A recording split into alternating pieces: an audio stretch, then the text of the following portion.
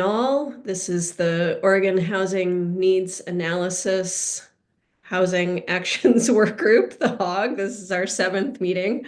I'm Deb Myhoff with Communitas. I am the facilitator for the HOG.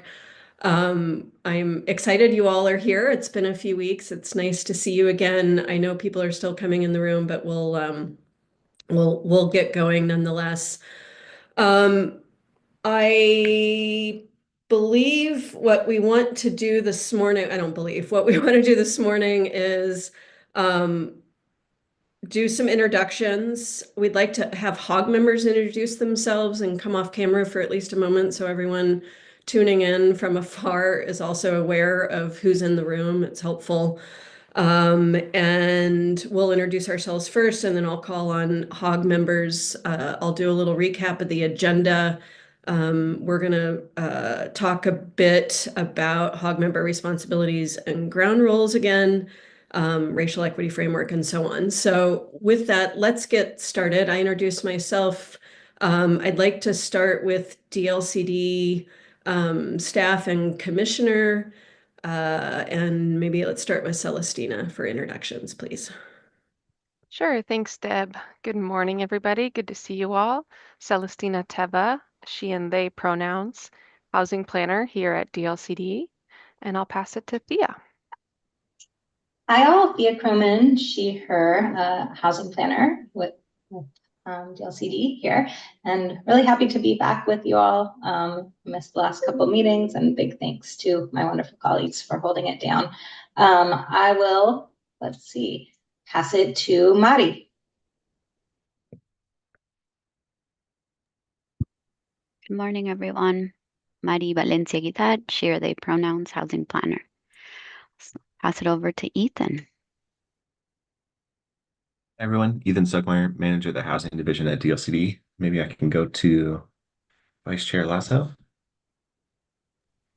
Thanks, Ethan. Good morning, everyone. I'm having a little video difficulty this morning, pushing all kinds of buttons, but hopefully I'll join you by video soon. But Alan Lazo, Vice Chair of the Land Conservation and Development Commission, happy to be here with this morning.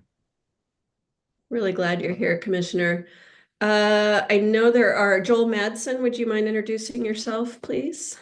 Good morning, everyone. My name is Joel Madsen. Use he, him pronouns. I'm the manager of the Housing Accountability and Production Office. Good to be here with you all. Great. And Melissa? Good morning, everyone. Melissa Ahrens, Mid-Willamette Valley Regional Representative with DLCD, and I'm sitting in today for Josh LaLombard. We're glad you're here, Melissa. Thank you. How about Casaria? Are you able to introduce yourself? Hi, good morning, everyone. Casaria Taylor. I'm the Senior Rules Coordinator for DLCD. Glad you're here. And there's one more. Who am I missing? Who am I missing?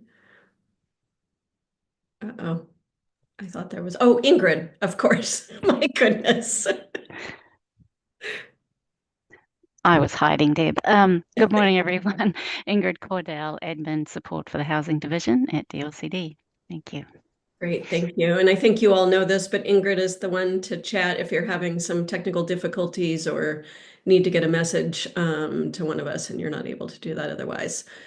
So please use that. Let's do, I think Sean, I just saw Sean come in the room. Sean, would you mind introducing yourself, please? If you're there. Oh, he's still connecting. Palmer?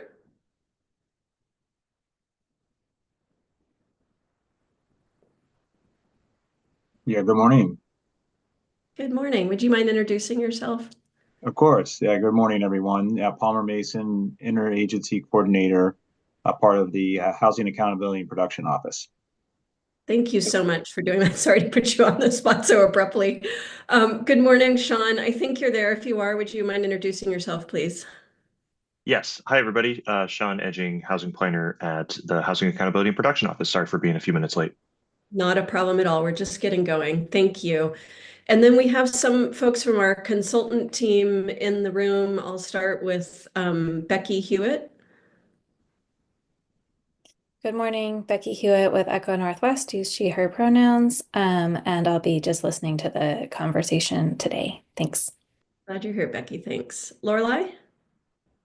Hi, everybody. Lorelei, gentleman, she, her pronouns. Listening in, excited to hear the feedback. And Kyle? Good morning, everyone. Kyle Mans, he, him. I am a new associate at Echo Northwest. Very happy to be here. Great. Really happy you're here. So for those of you joining a little bit late, I mentioned at the top that we'd like to do a quick rundown of introductions of all the HOG members, just so those who are watching from afar or watching a recording know who's in the room. And if you're able, come off camera, but if you're not, we understand that as well. And I'm just going to run down the list, which is in alphabetical order, so I don't miss anyone. And it looks like the first one up is Alan Delatorre. Are you here, Alan? All right, we can come back to Alan. How about Anne? Ann Catlin. I am the Comprehensive Planning Manager with the City of Albany. Thanks, Anne. And I'm sorry, Aurora, I should have picked you up already, but if you can introduce yourself, that would be great. Hi, no, sorry, I had just jumped on a minute ago. My name is Aurora Jello. I'm a legislative and policy analyst here at the department, just listening in. Thanks, everyone. Thank you. And Brock. Hey everyone, Brock Nation, he, him pronouns, policy director for Oregon Realtors. Brianne. I'm Brianne Gale. I'm a senior planner with the City of Bend. Thank you. Cassidy. Hi, Cassidy Bolger with Killian Pacific. I'm the director of development here. Great. Thanks for being here. And Dave, looks like you're in your car. Hopefully you're safe there. Yeah, I parked so I could say hi. Hi, Okay, everybody. great. I'm Dave Oddie. I'm a architect at Holst Architecture in Portland, Oregon. Great. Thank you so much for dialing in. Gus.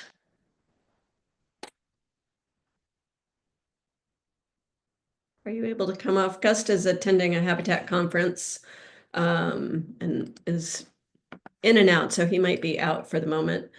How about Julia? Good morning, Julia Metz with Sightline and Thousand Friends. Great, good morning.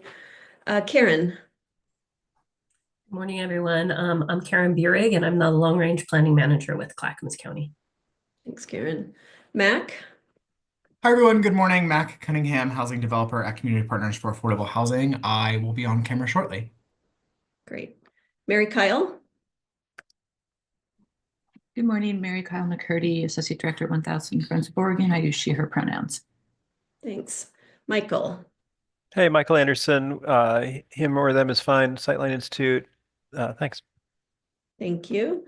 Rachel, good morning. Good morning. My computer's a little bit laggy today. I'm Rachel Morey-Bidu, Director of Policy and Asset Management at the Network for Oregon Affordable Housing. We're a not-for-profit affordable housing lender, and I use she and her pronouns. Great. Thank you so much. Did I miss anyone or anyone else like to introduce themselves that I somehow missed? I think I got it. Okay, wonderful. Thank you. If you could pull up the sort of the slide deck. I don't know if you have an agenda first or ground rules first. That would be great. Thank you.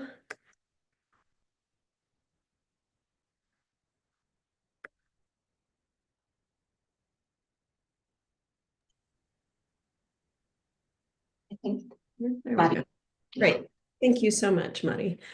So as I mentioned earlier, we'll start off with talking about ground rules once again, the racial equity framework.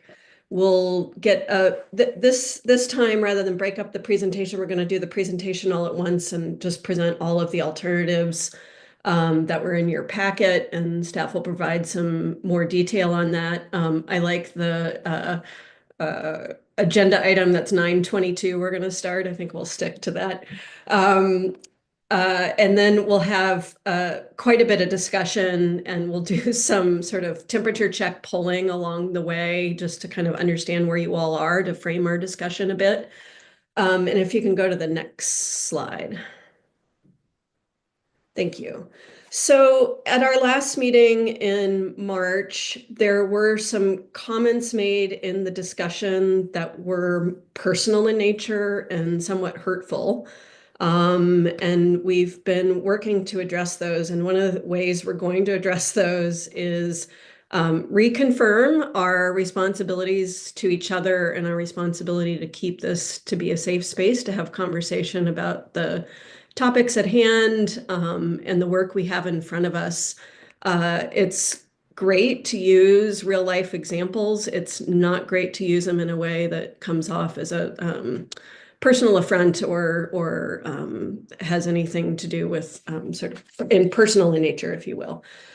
So I'm going to review the ground rules. If things get off track again, let's hope that never happens again. But if they do, I'll keep revisiting these and we'll be interjecting in the meeting to facilitate through these. I think you all know these, but of course, the responsibilities are to act in good faith, consider the viewpoints of other participants, and act in a respectful manner that promotes collaboration.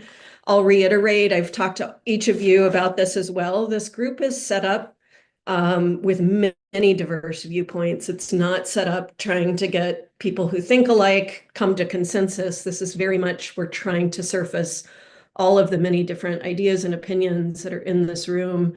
And it's that much more important that we remain respectful, even if we disagree with someone's opinion. So we will, and you all have done a great job of coming prepared, be ready to engage in discussion during meetings. And of course, ask for assistance either in the meetings or in between meetings, and staff and the team are here to support you. So honoring the agenda and staying on topic, we're going to continue to reaffirm that. I ask, and you all have done a really nice job of speaking one at a time, and we'll of course enforce that if necessary, allow for a balance of speaking time, raise items for discussion early and often, address issues and questions, not individuals. So again, staying really focused. We have a lot of work in front of us and have had a lot of work in front of us. Avoid personal attacks, listen with respect, and avoid side conversations. And process suggestions within that are learning and understanding other perspectives, as I mentioned, remaining respectful, candid, and constructive in our discussions. Resolving differences and finding common ground is always what we're striving for here. Discussing topics together rather than in isolation. Avoiding surprises, and holding DLCD and the RAC or the HOG accountable to legislative intent, the rulemaking charge, and goals. So I just want to take a pause to see if anyone has any questions or thoughts they'd like to add to the responsibilities and expectations and ground rules before we move on.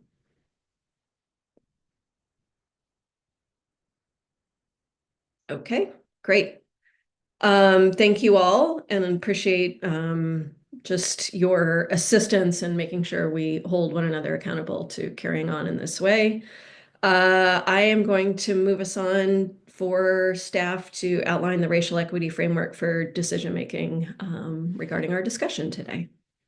Thanks, Deb. And yeah, bringing us back to sort of ground us in the racial equity framework for decision-making as we get closer to making some pretty key decisions in this rulemaking process. So wanted to bring you back here to show you all 8 categories of sort of inquiry that we use to ground this. And then Maddie, you can go to the next screen where I'll talk us through some of the key questions in the areas that we've highlighted. So the first one that is going to be really important in this conversation is data equity and data justice. The questions that we work through here are the data and research that you're using for this analysis framed with a data equity and data justice focus? If no, where might you obtain this data? If data equity and data justice resources are not available, what would you suggest as a way to obtain this information? Is there qualitative data available? The next category is community engagement and empowerment. These are pretty closely connected, I'd say. So these questions are, what are the methods of engaging communities in the development of this rule? What are the racial and geographic demographics of communities engaged during the development of this rule? Were there any specific issues raised by communities of color about the impact of this rule? What are they? Did this impact or change the development of the rule? If yes, how? And if no, why? And finally, how have DLCD advisory committees engaged with this rule? We can go to the next slide, Maddie. And here we're going to talk a little bit about restorative justice. Does this rule provide restorative justice measures for the communities most burdened? If yes, what are they? If no, what would you suggest is within the jurisdiction of the state of Oregon? And then a question, what are some of the best practices or examples of restorative justice measures that would address the impact of this rule on the most burdened? These examples can be outside the jurisdiction of DLCD, but could provide concepts or idea sharing with tribal communities, local governments, businesses, and culturally based nonprofit organizations.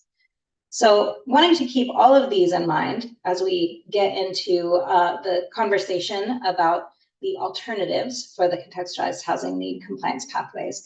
Maddie, you can move to the next slide. So we've been here before, but I wanted to take a minute to remind us all what we're talking about when we talk about the contextualized housing need, which we often abbreviate to the CHN. So this is a key element of Goal 10. It's an analysis relating a city's allocated housing need and production targets to local qualitative and quantitative information. And it evaluates fair housing choice and identifies fair housing issues in the city in order to affirmatively further fair housing in the Goal 10 process. Cities are tasked to work interdepartmentally and with a particular focus on communities of color, low-income communities, and individuals with disabilities. It informs both the housing capacity analysis and any land use efficiency measures that come out of that process, and also informs the housing production strategy and all of those actions that are selected in that process. So this is what we're talking about when we say CHN. We can go to the next slide. We are getting closer to narrowing in on a compliance pathway for getting through the CHN. This is a set of alternatives that we have developed with the consultants based on the discussion in HOG 6 and sort of combining several elements into 4 discrete alternatives. So the general approach is to orient these compliance pathways around a set of key needs. And with a varying degree of prescriptiveness to identify those needs and to integrate them into the HPS in each one of these alternatives. A couple of notes, because the focus is on a relatively narrow set of key needs, the alternatives also rely on the base rules, including equitable engagement, to inform the identification of needs. So we indicate, as we're going to walk through these alternatives, where the compliance pathway is and where the base rules are and how those interact.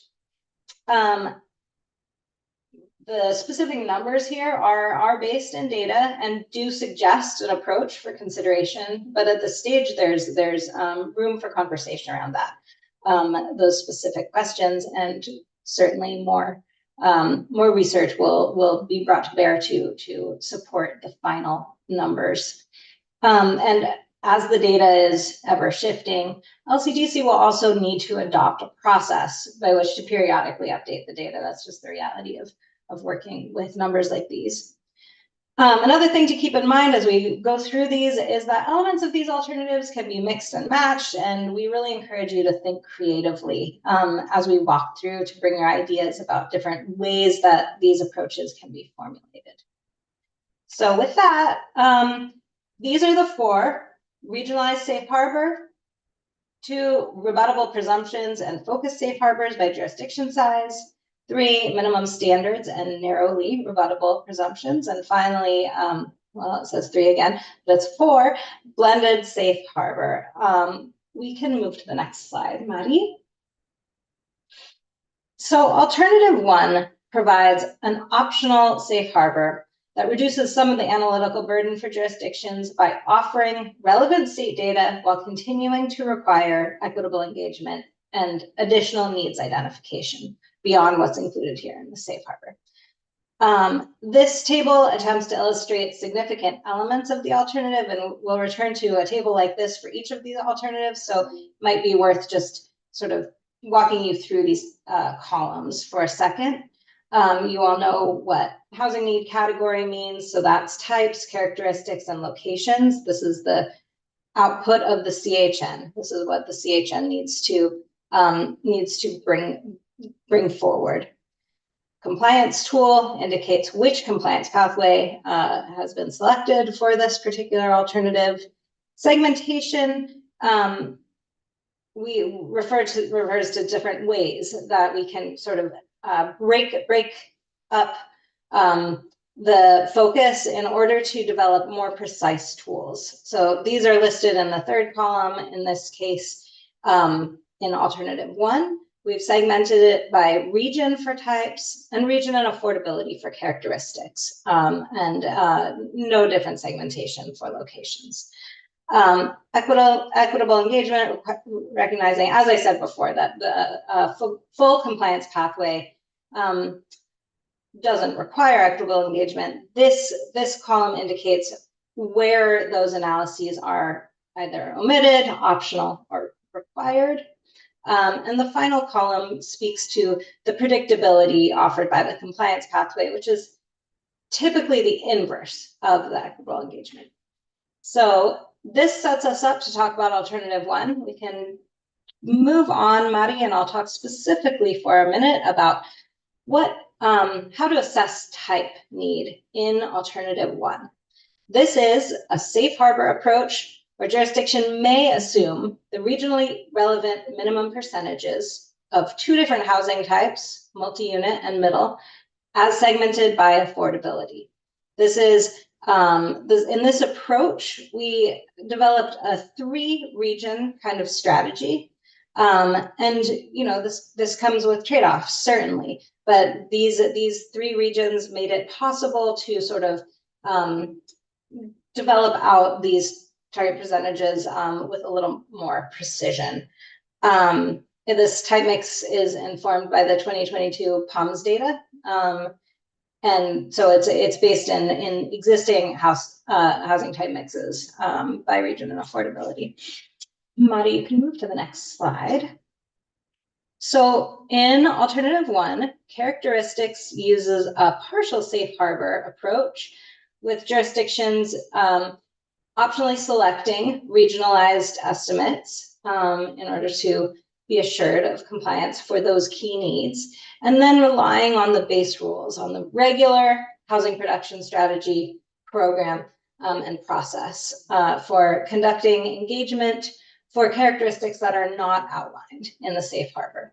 And then required also to integrate those findings from the engagement into the needed characteristics that are identified in the process. So as something that they need to respond to.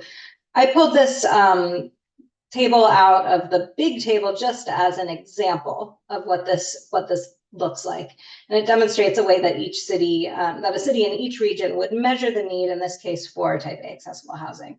So you can see that it's slightly different in the different regions. And if you refer back to your memo, you can see the full list of other key characteristics.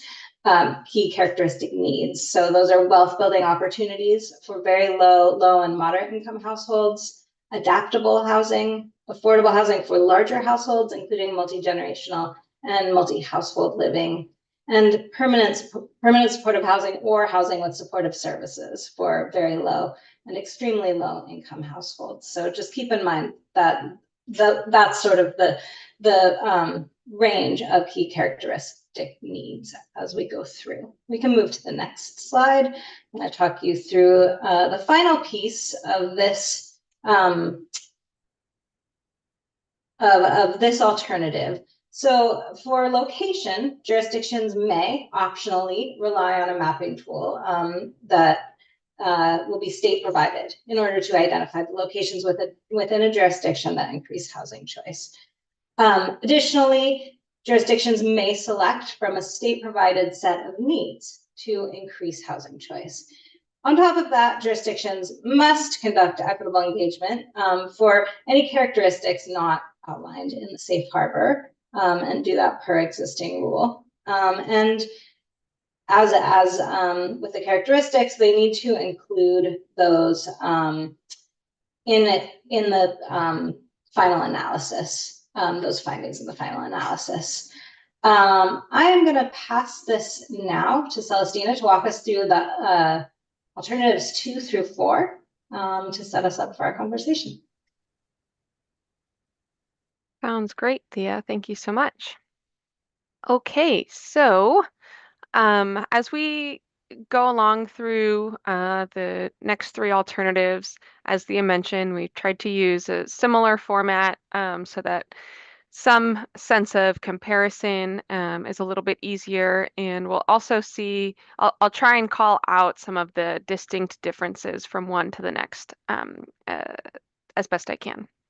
So for alternative 2, you'll see that the compliance tool has shifted. And one of the things that we heard in the HOG meeting, last few HOG meetings, specifically around picking a compliance tool and for naming housing need, was this interest in sort of mixing and matching a compliance tool across potentially types, characteristics, and locations, and even certain characteristics or certain types having a different compliance tool than others. And so this is an alternative where you'll start to see that we've integrated that idea to try and drill down a little bit more specifically on a compliance tool that might be best suited with any given sort of data environment or the features of a characteristic or a type in play. So with that, for the most part, alternative 2 suggests a rebuttable presumption compliance tool,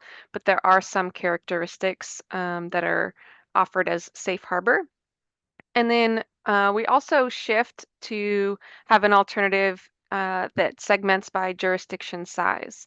Alternative 1 was segmenting by region, and so and the proposed regions were Metro, Willamette Valley, and the balance of state, the other regions combined, whereas here we have jurisdiction size, and in the case of types, we have affordability as well. And there, I'll just name right here, there was actually an error in the language on alternative 1 that suggested that types compliance pathway was segmented by affordability, but it actually wasn't. And that's something that we definitely are interested in hearing more about, is the difference between segmenting by affordability and not. So we'll talk about that more in a moment here. And we also see, as Thea mentioned, the equitable engagement and sort of predictability ways of thinking about this being that inverse. So where full predictability is offered, where full compliance is offered in identifying needed types, those base rules would not apply, and equitable engagement would not be required. And we see that for characteristics that remains in this alternative, or I'm sorry, the base rules remain in this alternative, and for locations, it would go back to being more of a fuller compliance pathway.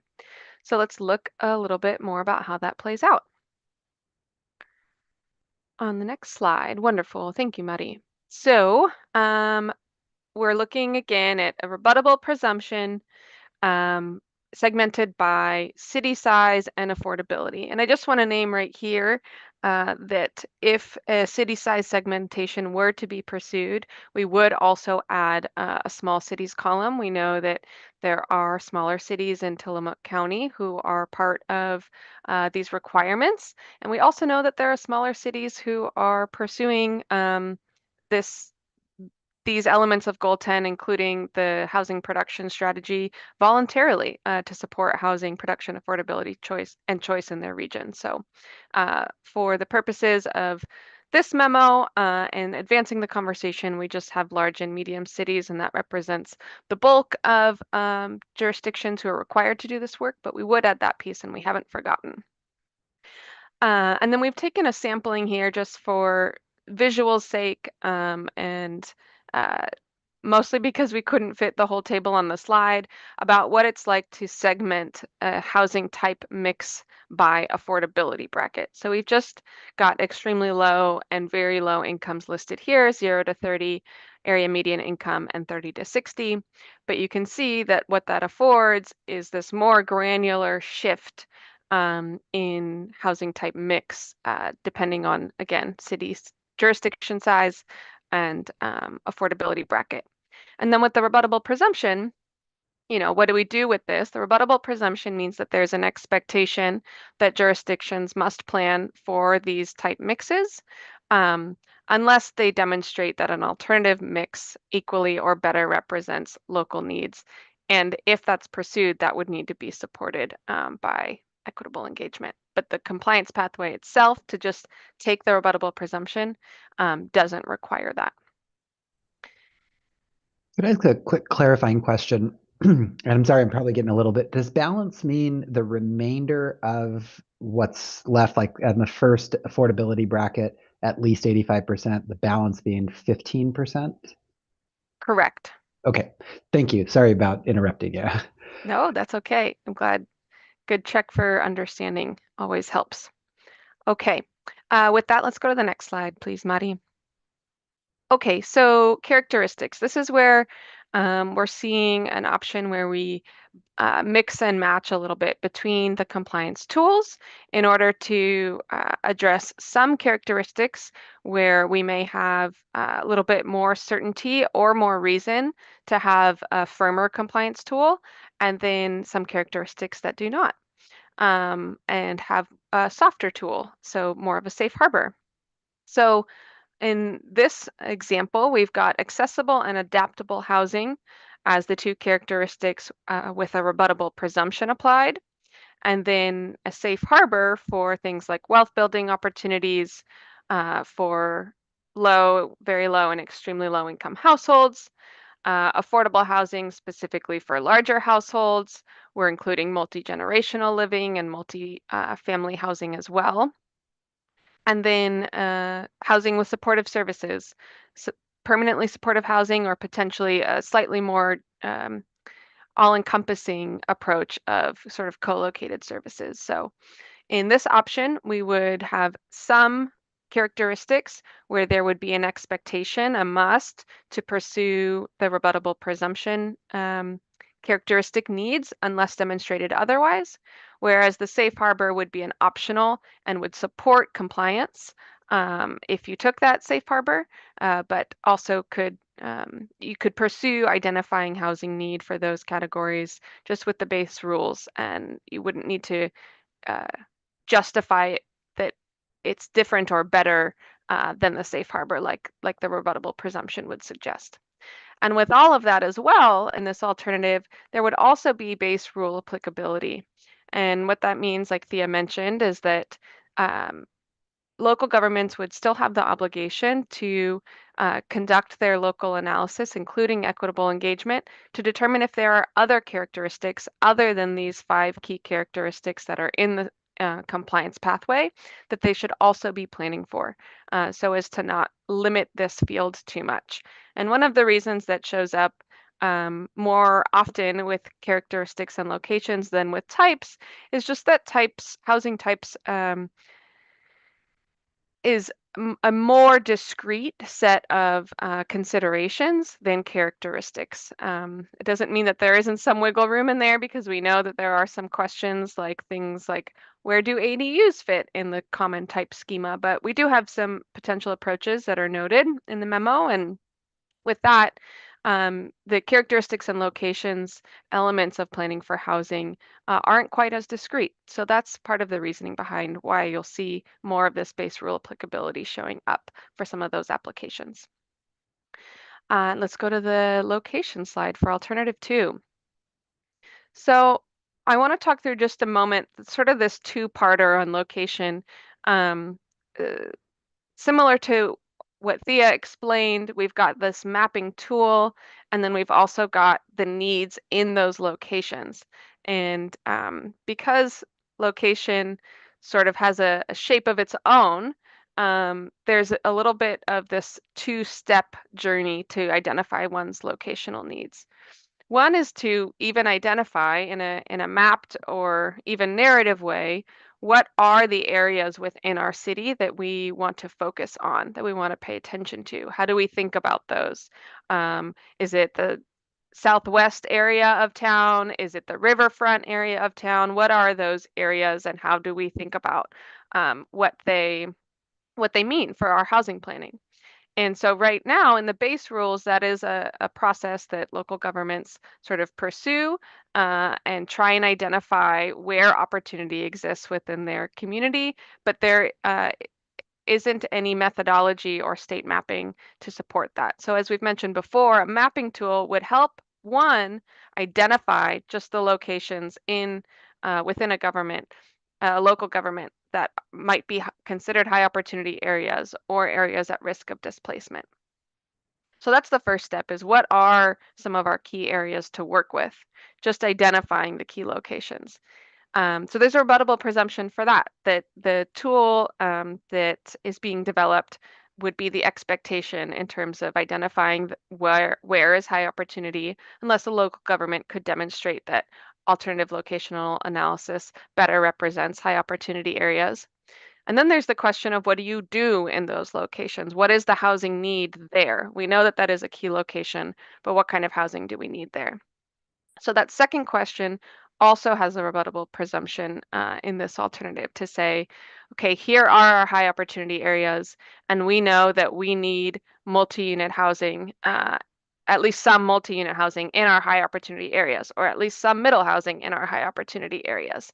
So you'll see that this rebuttable presumption approach has a more quantified approach to those needs, at least 25% of lands being zoned to allow multi-unit housing, for example, being in high opportunity areas. And then there are some needs that are kept more at like a narrative level. And that's because they don't translate as well to a percentage of lands, but more we just know that we have a need for this type of housing in this area. At least that's what this alternative proposes. All right, with that, I think we will move on to alternative 3, and we'll sort of iterate a little bit off of alternative 2. So alternative 3 uses a similar segmentation approach. So we're still looking at jurisdiction size, and we're looking at segmentation by affordability, especially for types. But the compliance tools that we have in play are not so much safe harbors and rebuttable presumptions, but actually rebuttable presumptions and some minimum standards. So we're moving toward the other end of the compliance spectrum a little bit with this one. You'll see a similar approach to predictability and equitable engagement that where base rules and equitable engagement apply, whereas where the compliance pathway offers a more complete sort of approval for this work of identifying housing need. So with that, let's jump right in. We didn't include a description or a snapshot of the table for alternative 3 types on this slide, because we're really actually proposing for alternative 3 that it's the same breakdown in alternative 2, but again, just sort of switching the compliance tools and saying, instead of a rebuttable presumption only, we're going to go to a minimum standard. What would it look like to say, this is just the standard, there is no rebutting sort of these minimum mixes for the most part, except for one very narrow rebuttable presumption. And this is something that we've heard in some HOG meetings, that in some cases it may be helpful to identify what a local government can't do, rather than only identifying what a local government should do or must do.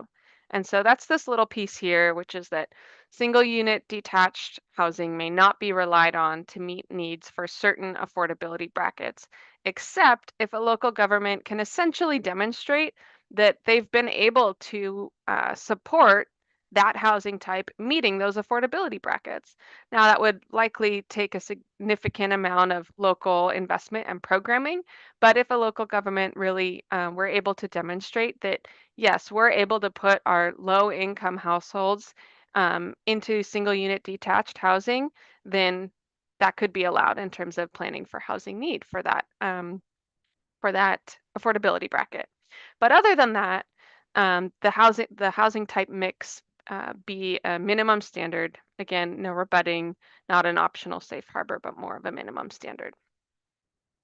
Let's go to characteristics, please. Similar situation here. So we have the alternative 3, still the same 5 key needs are showing up. In alternative 2, we saw that some of these were suggested as potentially rebuttable presumption key needs, and others were safe harbor.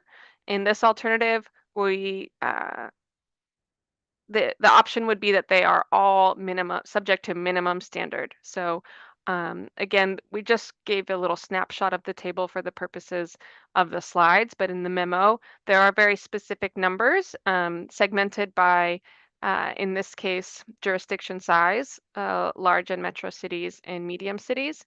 And those would be minimum key needs. So all local governments would have to say, we have at least this much accessible housing need, and we have at least this much wealth building opportunity for extremely low, very low and low income household need. And then we see the base rule applicability come back in as well for this alternative to say, these are the minimum standards for these 5 key needs. Pretty straightforward. And then for other key needs, that base rule, local analysis, equitable engagement is still required. And if other needs, other characteristic housing needs were identified through that process, those would also need to be included in this identification of what kind of housing is needed in a local government. And with that, we'll go to locations. This locations piece is, let me just double check that really quick. We had to do a lot of information moving from our memo to our slides, and I just want to confirm. Yes, okay. I wanted to make sure this was suggested as a rebuttable presumption and rather than a minimum standard, because those were the 2 in play here. So for alternative 3, the locational approach would be to take a rebuttable presumption that the locations themselves, like where in a jurisdiction are our high opportunity areas, and then what housing is needed in those locations, would be expected to be determined by the state tool, and then these needs that are named that would relate to the state tool for where those areas are. The only difference here between alternative 2 and alternative 3 is that in the memo we named a specific and also on the slide here, a specific way that local governments could actually include areas that are planned to be high opportunity areas. So this is a consideration in terms of the locational conversation we're interested in hearing feedback on around, you know, since we're doing the HPS is sort of this short term, not quite 20-year long range planning, but also not today and tomorrow planning. It's this 6 or 8 year cycle. And so is it worth considering anything that a local government has planned to change or upgrade or increase infrastructure availability in their jurisdiction. Does it make sense to plan for that when we're talking about where are our high opportunity areas? Or should, given that time horizon, should local governments just be working with their current conditions? So one of many questions we have for you all today and are interested in feedback on, but I just thought I'd flag that particular one. This is the only place that that question shows up in the memo and the alternatives. So with that, we'll actually go to alternative 4, which is going to be a different paradigm. So alternative 1 was that sort of safe harbor across the board. We looked at maybe what a regional approach might be, and less segmentation by affordability. So a little bit more condensed and maybe simpler. Alternatives 2 and 3 played a little bit with the compliance tool that we might apply to an approach that does segment by affordability in some cases and takes a jurisdiction size approach as well. And then alternative 4 is sort of its own option. And we hadn't presented this previously, but as we're iterating and trying to sort out how to grapple with these big questions, it was an alternative that came to the surface that we wanted to offer for discussion to the group today. And that's this blended safe harbor. We're using the word blended because types and characteristics have been sort of pre-merged in a way by creating some typologies, which we'll look at in a moment. But I just wanted to flag that if this seemed new to you all, it's because it is. But nonetheless, we wanted to make sure that it's considered. So like I mentioned, in this option, types and characteristics are blended together to create certain typologies. In this alternative as presented, a safe harbor compliance tool is applied, so it would be optional. And across the board, so for types, characteristics, and locations, those base rules would still apply to identify other housing needs, types, characteristics, and locations, meaning that this compliance pathway in full offers partial predictability because that other work would still need to be accomplished and be in play and be reviewed. So with that, let's go to this types and characteristics slide. So this is the blending. I'll take a moment to talk through it and sort of orient, but the idea here is that it could be easier or there could be value in thinking about the combination of type and characteristics that a local government needs and naming that as a typology, like affordable rental housing or affordable homeownership housing or permanent supportive housing. Because commonly, when we're looking at housing needs, any one household does have a combination of types, characteristics, and locations. And so what would it look like to name the need, at least by merging type and characteristic? And with that, the percentages and the mixes that are presented here are actually percentages and mixes of the typology rather than of a given housing type only or housing need only. Then locations are layered on top on a different column to say that that whole affordability bracket and the typologies within it should be planned for example, for 0 to 30. The suggestion is that all typology 1 and 3 units be in high opportunity locations, which represents 80% of that need. So 80% of that 0 to 30 need would be in the high opportunity locations of that local government. And so as you go through the table, you see those percentages of the typologies change. You see a trend more toward affordable home ownership at the other end of the spectrum, less on permanent supportive housing or housing with co-located supportive services. And then on the right-hand side, we also see the integration of mitigation, displacement mitigation for displacement risk areas. So that's another locational component that gets added in. We also see the column in the middle there is the additional characteristics column. And so we talked about how housing type and specifically sort of affordability is what largely makes up the typologies. But we also have additional characteristics that are layered in across all of these affordability brackets. And that's that at least 50% of units for all income brackets be adaptable, which we've seen pretty consistently as the proposed percentage in the other alternatives. And then we also see the similar approach of taking the percentage of folks in a local government as having ambulatory difficulties as a starting place to understand what percentage of units that local government might need to be accessible. We know that that's not the only type of individual or household who needs accessible housing, but it presents a place to start.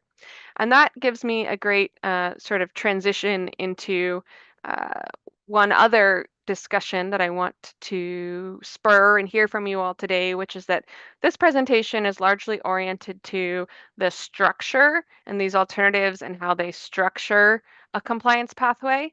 What we didn't try and squeeze in here very much is those detailed data points that support the numbers in these tables and each of these different structures. So for example, the suggestion about the percentage of folks in a community who have ambulatory difficulties being a decent starting place for how we understand a compliance pathway for accessible units, those nitty-gritty details of how might we come up with these numbers are absolutely on the table and absolutely things that we want to hear from you all on. So there's that data piece, that data part of the conversation, and there's the structure part of the conversation. So we're definitely interested in hearing all of it. With that, I think I have one more slide that just overviews a little bit more about location in this alternative 4. So we noted that there was a locational component to this blended safe harbor where each affordability bracket and the typologies therein were named for in what locations they should be. And with that, we still have that question of, well, which are the high opportunity areas? So there's still this suggestion that the state tool would be able to provide the answer to where the high opportunity areas are. Looks like we have a little typo here because this is suggested as a safe harbor, which means that jurisdictions may rely on the mapping tool, not must. And similarly, not only the typology distribution in locations is part of this alternative, but also this more granular locational consideration was also included in this alternative. So if this blended approach is of interest to you, we'd certainly love to hear about it and hear about, how far that can go and what some of these other locational considerations are like and may or may not fit in.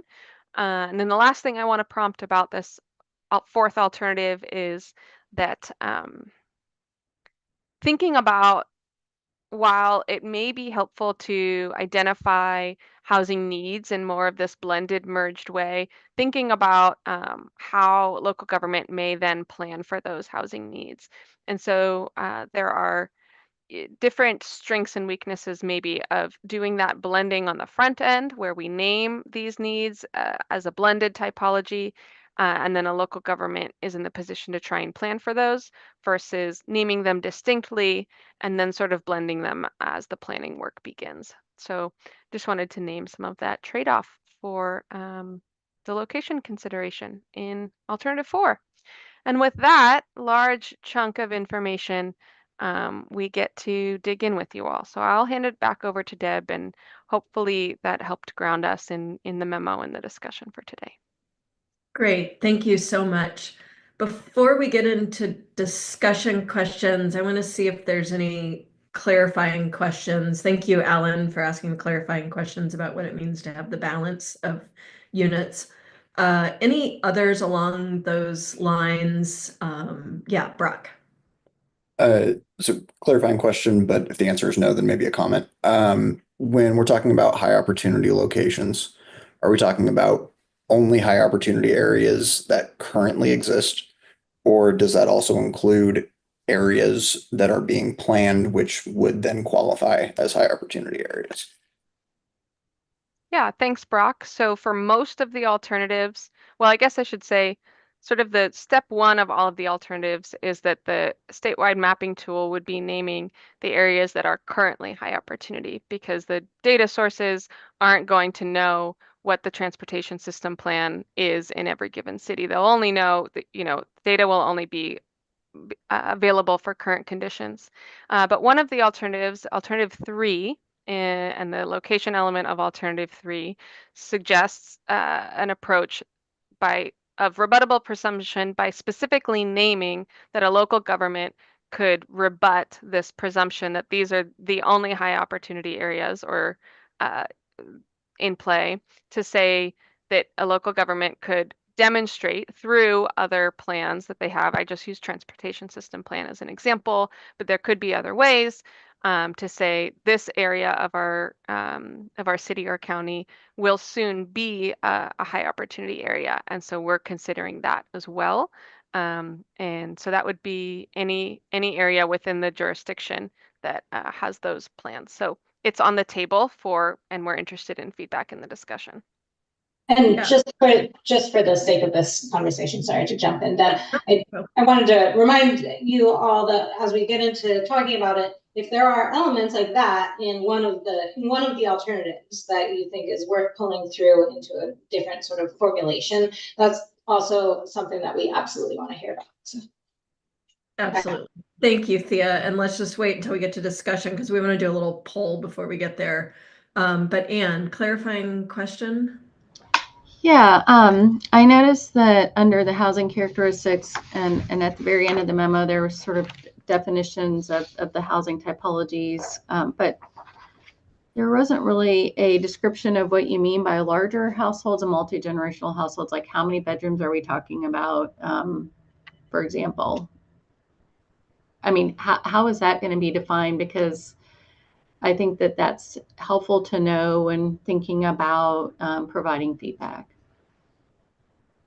Thanks, Anne. Fair question. So there was a little breadcrumb trail buried in there, and that is that the term family households and that data point is actually coming from the new housing equity indicator dashboard. So I believe it's an ACS data point, and they name it as family households. I haven't dug into whether that's a number of people in the household or a bedroom count, but we would definitely, if this is a direction that we want to go, you're spot on for asking that question about what is the number here, and that would inform your comments. And if you have suggestions about what that number should be or a different way to assess it, we definitely want to hear that. Great, thank you. I am noting, give me one second, Matt, that a few of you joined us after we did a round of introductions. We had the HOG introduce themselves again. So I think for those of you, Alexandra, Matt, Gust, Alan, and I also see Swetha Bhatti with the governor's offices here. If you all want to make comments, I hope you do. Could you just introduce yourself the first time and then ask your question? That would be helpful. Thank you. Go ahead, Matt. Yeah, so my name is Matt Sears. I'm the Public Policy Director at the Oregon Council for Developmental Disabilities. I use he, him pronouns. In terms of my question, it came up when I was looking at alternative 4. I just noticed that for accessible housing, you mentioned possibly basing it on the percentage of people with ambulatory difficulties. I wondered if there was consideration given to using, instead of just that raw percentage of people with ambulatory difficulties, to think about the percentage of households that have somebody with an ambulatory difficulty. I think ultimately that percentage would probably be a little bit higher than just the number of people with ambulatory difficulties, because there are a lot of mixed households, children with IDD or children with physical disabilities that might be living with, other household members. I guess for clarifying, hold that thought, or we can sort of build that into the discussion, definitely, Matt. But I'm curious if DLCD staff, if you all explored that yet, or should we add that into discussion about how to explore that? We have begun to explore it. The data point that we pulled is also from the Housing Equity Indicator dashboard. So you'll see that most of what we built out there is trying to build off of this other tool that's also been developed for this work specifically. That's not to say there couldn't be some sort of two-way iteration. I know that the dashboard is likely to go under some iterations as it's rolling out over the next few years, but we're trying to make our way through all of these resources. So at the moment, what's listed on that dashboard is the number of people in the jurisdiction, and it's not the number of households. But I think the discussion should certainly be on the table. Thank you. Julia. Yeah, thanks. On the segmentation between like regions or city sizes, I'm just curious if there was any kind of initial look at like trends or correlations or anything like that that were kind of driving how you were segmenting. I'm just kind of trying to understand the data that's feeding into what's currently proposed for those. That's a great question. For city size segmentation, we've sort of gone with a common thresholds or cutoffs based on legislative applicability and requirements, like that 25,000 cutoff between large and medium cities. But I think the regional one was something that was newer, and I'll actually see if Becky wants to jump in and share what emerged and why we ended up suggesting Metro, Willamette Valley, and other. Sure. I'm sitting in Lorelai's office now, so that's why it looks like I'm Lorelai responding. So the grouping of ONA regions was based primarily on the types, looking at the data about how existing housing types vary at different income levels, who is living in different housing types today, and there was a pattern in that data set. We are in the process of having our analytics team check for whether there is a similar pattern on any of these other factors. That data was not yet available, so we're going through that process to see, does region add value compared to a statewide number? Does jurisdiction size with these same thresholds that exist in other parts of statute, does that add value compared to a statewide number? So that initial grouping of regions did come from looking at the data, but it was one specific set of data, not necessarily the data for all of the different places where that grouping could be used. And so there's additional work ongoing to see whether that's helpful to apply elsewhere. Thank you. Thank you, Becky. And thank you all for the questions. Any other clarifying questions? And obviously there could be some that come up during discussion, and we'll address those as well. Sorry, I haven't raised my hand yet, but I do have one other clarifying question. Alan, could you introduce yourself? Yeah. Please, thank you. Alan Delatorre, he, him, Northwest Pilot Project. My question, oh shoot, have I already forgotten my question? I'm sorry. No, oh, it has to do. So we've got our high opportunity areas, but what about climate friendly and equitable communities? Are those at all connected to our high opportunity areas, or are they also something that we would consider as a high opportunity area? That's a good question, Alan. They are, certainly connected in the scheme of planning for housing and planning for all of a city's needs. And I think your question is valid in terms of, should that be one of our sort of key locations? We've named high opportunity areas. We've named areas at risk of gentrification. And one other one that's not coming to mind right now. Oh, racial and ethnically concentrated areas of affluence. perhaps we should have a fourth key location. The question about maybe the overlap that I think I heard, which is like, are high opportunity areas the same as climate friendly areas? We're not far enough along on the methodology for how we look at high opportunity areas to do like a mapped comparison to say, okay, these are the CFAs that, you know, the set of local governments who has established them are, and this is how the high opportunity areas differ. I think it's a great question that we'll want to look at. And without having that level of analysis to answer your question, and see maybe how that even informs the methodology or what we glean from that. That's probably as far as an answer to the question that I have. Ethan, I'm wondering if you have any other thoughts. Yeah, I'll just jump in. And the decision-making criteria for what classifies as a climate-friendly area and what classifies as a high opportunity area are different, but I think the overlap is quite a bit. Like if we're looking at the Venn diagram, there's quite a bit of overlap between those two items. So I think it's a good, kind of additional consideration, like how that plays in, what things are local government, what decision-making processes are local governments already going through, and how can these kind of be linked so we're not asking them to do separate or additional analyses. So perhaps we kind of put it in the data equity parking lot for now.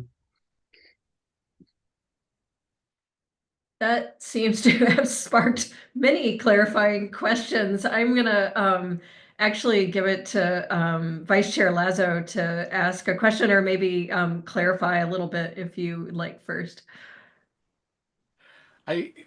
Thanks, Deb. And actually, I'm going to move into discussion about that because it's kind of a qualification about how we think about those different categories related to CFAs and to high opportunity areas, and for instance, areas of affluence, right? Those three things might capture everything we're trying to accomplish, but it's worth looking at because I think CFAs might tend not to be areas of affluence. So I think we have to look at the intersections and see if we are capturing what the objective, if it meets the objectives that we're trying to reach. So I appreciate the thought on that, Alan. Great, thank you. I want to put a pin in the discussion on that, and maybe we can start the discussion at that point when we move in there. But one more qualifying question. We're going to do a poll right after that. Mac. Yeah, thank you so much. I am just curious to hear a little bit in alternative one as it's related to the safe harbors around type and how the different percentages for multi-unit versus middle in the different regions was arrived at. Thank you, Mac. So what's in here is from, and this is happy to go through it today, so please continue to bring the questions. But if you want to look for more information after the meeting, there are little snippets under most of these tables that say data, and they give a little bit of a sense of where the data is coming from. And in some cases, it's sort of rudimentary where we've only taken a sampling and we haven't sort of run a full analysis. But in this case, that type mix was informed by the 2022 ACS data of housing type mix by region and affordability. But specifically looking at 0 to 30, 30 to 60, and 60 to 80 AMI income brackets, and using those to suggest distributions of multi-unit and middle housing. And then it notes which regions were combined and things like that, as well as a little bit of rationale for that. Does that help? Yeah, it does. I think I have a comment about that, but I'll save it for later. Great, thank you. And Rachel, I'm sorry, I did see your hand up before, but please, clarifying question. Yeah, thanks, Deb. I'm just curious about under alternative 3. When we're talking about affordable housing and a certain percentage that needs to be developed as affordable housing, just wondering what happens if funding isn't available. Like if we've run into some issues where we, didn't have a 9% competitive tax credit NOFA a couple years ago. And, things just kind of got a little bit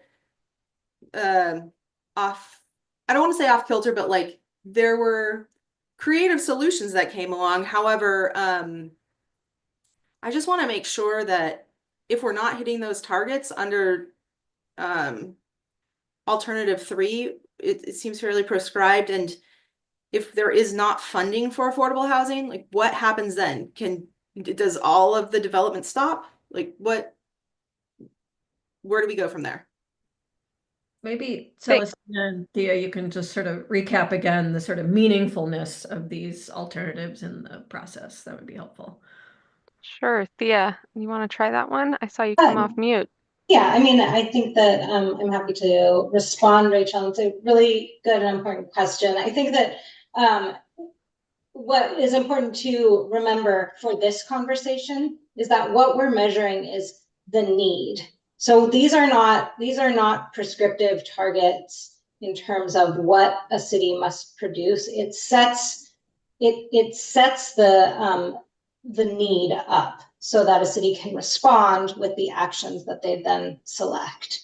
So it doesn't. This is not saying you have this number and you must achieve a certain percentage.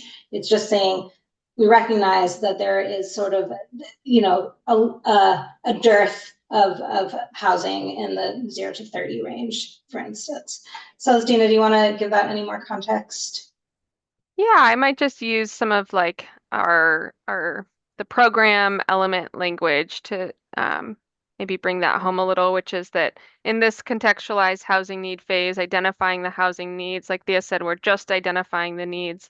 Then in the HPS, actions are selected, and those actions are limited to what's in the local government's control to either specifically require or incentivize or partner with. And if there's only so much that a local government can do, which we know is the case, then those actions are going to represent as much as a local government can do.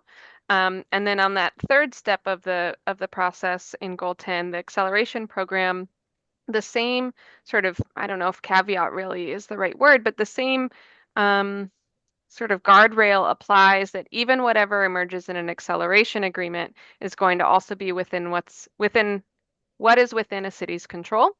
And the only way to get referred, this is the last point I want to make, into the acceleration program is based on those Oregon Housing Needs Analysis targets, the actual targets of number of units by affordability. So this additional contextualization, the contextualized housing need of those targets is for the purposes of better decision making and more informed action selection.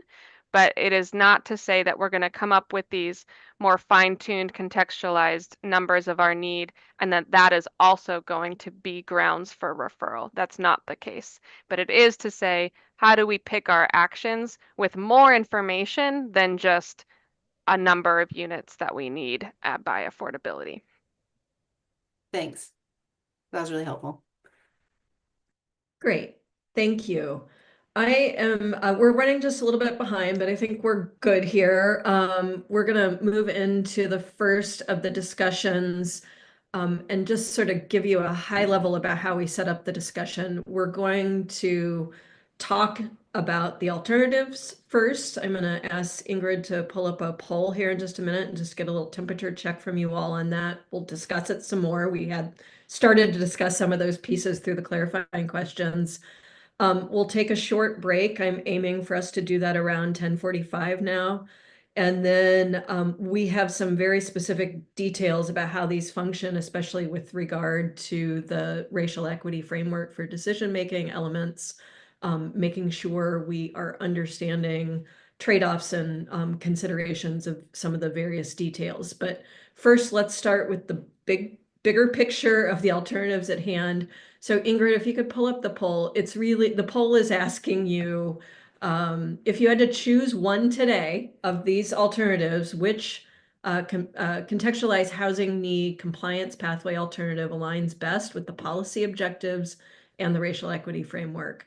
And those are also linked in your agenda. If you need to review the policy objectives again, we give you the choice of the 4 alternatives, a combination of 2 or other. And if you choose 2 or other, please answer in the long form question. And we have 17 HOG members here today. I'm hoping you all might participate, please.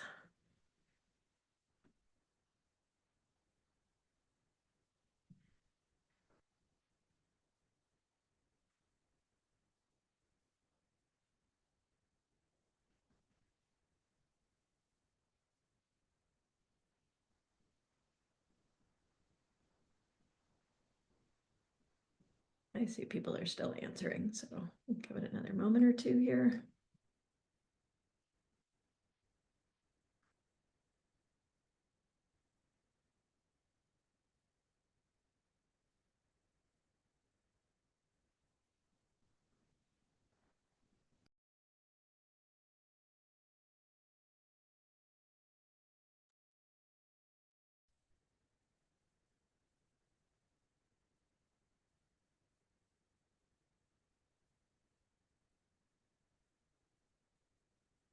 Okay, it looks like things have slowed down. I'm going to go ahead and end the poll, and I think results come up, but oh my gosh, it's been a little while. Okay, great. We can share results. Are the results being shared with you all? Yes, they are. Okay, great. Thank you so much. And I'm guessing those online are not seeing them, but about a little more than half of you participated. I think probably because some of you aren't quite sure how to answer yet, which is fine. We'll talk about it in discussion. A couple think alternative 1, a few more than that think alternative 2, a couple alternative 3, a few for the blended safe harbor alternative 4, and then a couple weighed in on other, or sorry, a combination of 2 alternatives. And I am not able to see the responses to that, but nonetheless, we'll talk about it. So I'm going to stop sharing that and get on with discussion. And the intention was just to kind of see if there was any inclination leaning one way or the other. I'd say it looked like alternative 2 was a slight leaning, but again, nothing really popping out. And I guess we're not surprised because there's a lot in each of these alternatives. And maybe one could even suggest it's either other or some combination that is most appealing. So with that, let's move to the questions that are related. I'd like to hear from you all, for those of you who participated in the poll or didn't, sort of what your thinking is behind how you responded to alternative that may best align with policy objectives and the racial equity goals of redressing historic and current inequities. Also like to hear from those of you who think we should merge some elements, sort of what those elements are. And then the last question and the discussion questions of your agenda are getting at some of those specifics that we started to talk about when we were talking about high opportunity locations, CFAs, and I don't want to drop the ball on that conversation. So but let's start maybe just very generally, if anyone wishes to speak to why they think a particular alternative might be a good fit based on conversations, policy objectives.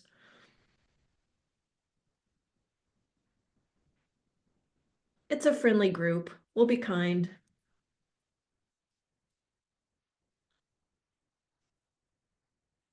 Yeah, Brock, thank you. Thanks. So I was the one that submitted a combination, I guess. I think 1 and 4, like if I had to pick between the 4 options, I think 1 and 4 would be preferred. I'd like to know from cities what they think is most implementable. Specifically concerns with 2 and 3 is a lot about how this plays into other parts of this process. So like Noah flagged in a comment earlier, in part 2 or in option 2, The purpose of the mix is to ensure there's zone capacity for types that would most likely be built if there were adequate funding to support all that production. That is a huge if, particularly in our current climate where maybe we're going to get one more federal dollar the rest of the year, maybe we don't. And now all the programs that were previously federally funded by the state are now going to have to be backfilled. And suddenly there's no money for that housing to be produced. I think, additionally with 3, kind of a similar issue. The one thing I do like about 3 is the ability to say like, hey, this is a planned high opportunity area. I think that's really important. For example, if a city were doing a UGB expansion and they had to also add a climate friendly area as part of that expansion per the Division 12 rules, right now you're in a situation where, okay, that expansion is going to happen, but we can't call that a high opportunity area, even if it was one that was like the primary CFA that existed in the city that was already like centralized in downtown. It would count, but you wouldn't be able to plan that in an expansion area and call it a high opportunity. So I think that's an important characteristic to carry through. The reason I find 4 attractive is because it's simple. And I don't mean that in any kind of negative way, but it's simple from the standpoint of it provides cities with some flexibility. Right. So, looking at that kind of type 3 and type 1, generally, yeah, that is going to be what's serving your 0 to 30, a lot of your 30 to 60. And then, kind of that typology as it increases, but it's not specifically multi-unit or specifically one type or the other. It's just kind of a general bucket. And I think, particularly in light of the conversations that we had with the RAC and with the NAPTAC, understanding that type and price are not necessarily one-to-one. And so I think having that flexibility is going to be important for cities as they're being able to meet their targets and working with, the developers in their local area. Thanks, Brock. Appreciate hearing your thinking on that. And Karen, I'm sure can give some perspective as well as the local government's functionality of this. I think that was a question Brock had also posed. But Karen.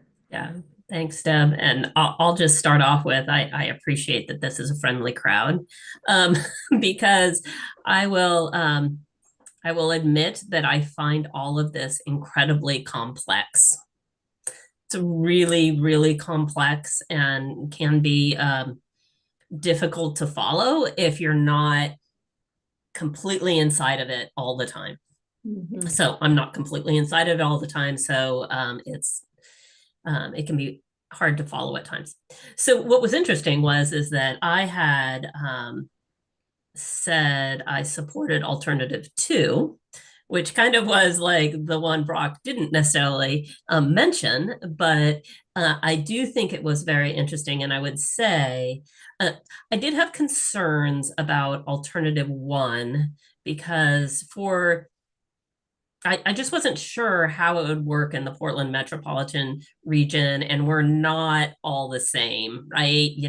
And so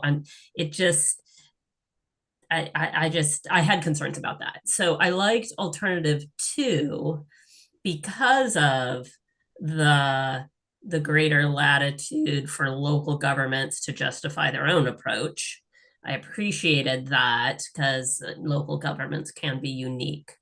But then I also appreciated how Brock called out that in alternative 4, there was also potentially that flexibility that would be offered in a blended safe harbor approach. And anything, I guess I would then say, being able to develop something that was clear and understandable is really important so that local governments can understand what they're being asked to do in a consistent way. Can I respond real quick? I hear that, Karen, very clearly, and it's complicated even for those of us who are inside of it all the time. I was thinking as we sort of put together these slides that it will get less complicated. You know, we're from here, this is sort of we're holding the most variables right now. There's a lot of juggling. And from here on out, it's about simplifying so that we end up with a program that makes a lot of sense, that is much pared down from all of this noise, and is simple and understandable. But I really appreciate you bringing that up specifically. And I just wanted to respond in terms of the process to that, but your other points very well taken too.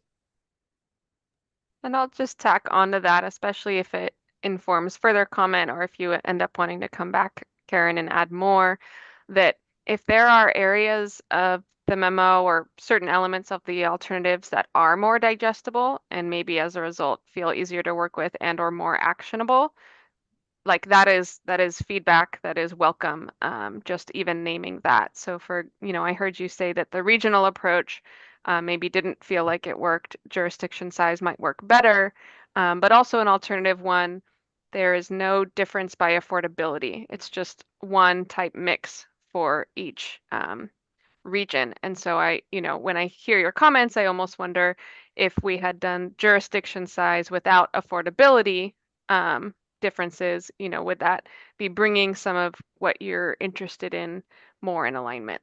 So anyway, to that end, all of that is welcome. If type 1 or alternative 1 says regional but no affordability, and you wish it said jurisdiction size, no affordability, that's if we can get there, that is sort of the gold of the feedback, those fine tunings.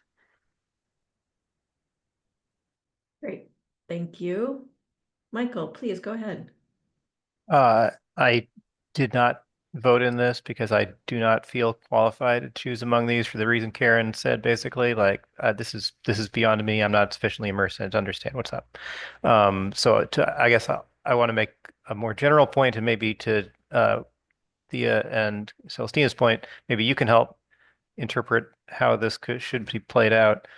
I've been thinking a lot recently, or more recently, about like the city of Tillamook specifically has one planner who spends a lot of his time managing like intake of documents, and they are broke.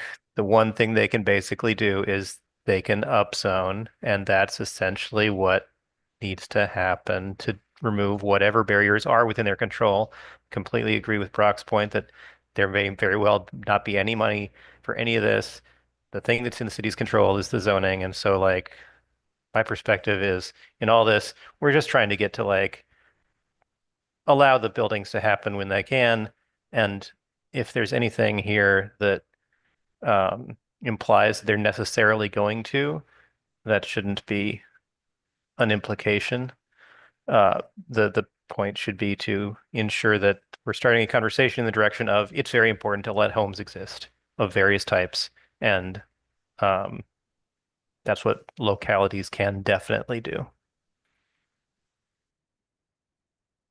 Thanks, Michael. Appreciate that, and appreciate your perspective on the levels of complexity. Obviously, you are deeply steeped in many ways in the program, and it's still complex for those of us who are doing this work every day. So appreciate you all mentioning that. Cassidy.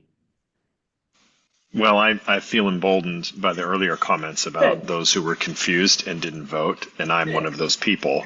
And I guess I just wanting to understand where we are, and I feel like the conversation has a little bit, I don't know the right words, sort of backtracked into some pretty intense and deep planning theory and data analysis and structuring, which I understand is what you guys do, and that needs to happen. But I'm not sure that, again, I'm qualified or understanding enough to be able to offer any comment on it. And the thoughts I have as I struggle to understand these words and what they mean are, one, broadly, more complexity doesn't usually incentivize more housing production, or make it easier on cities to do so. And number two, I feel like for a couple of meetings we've been talking about, I mean, I understand the necessity of kind of setting the table, and that eventually we're going to talk about what the meal looks like.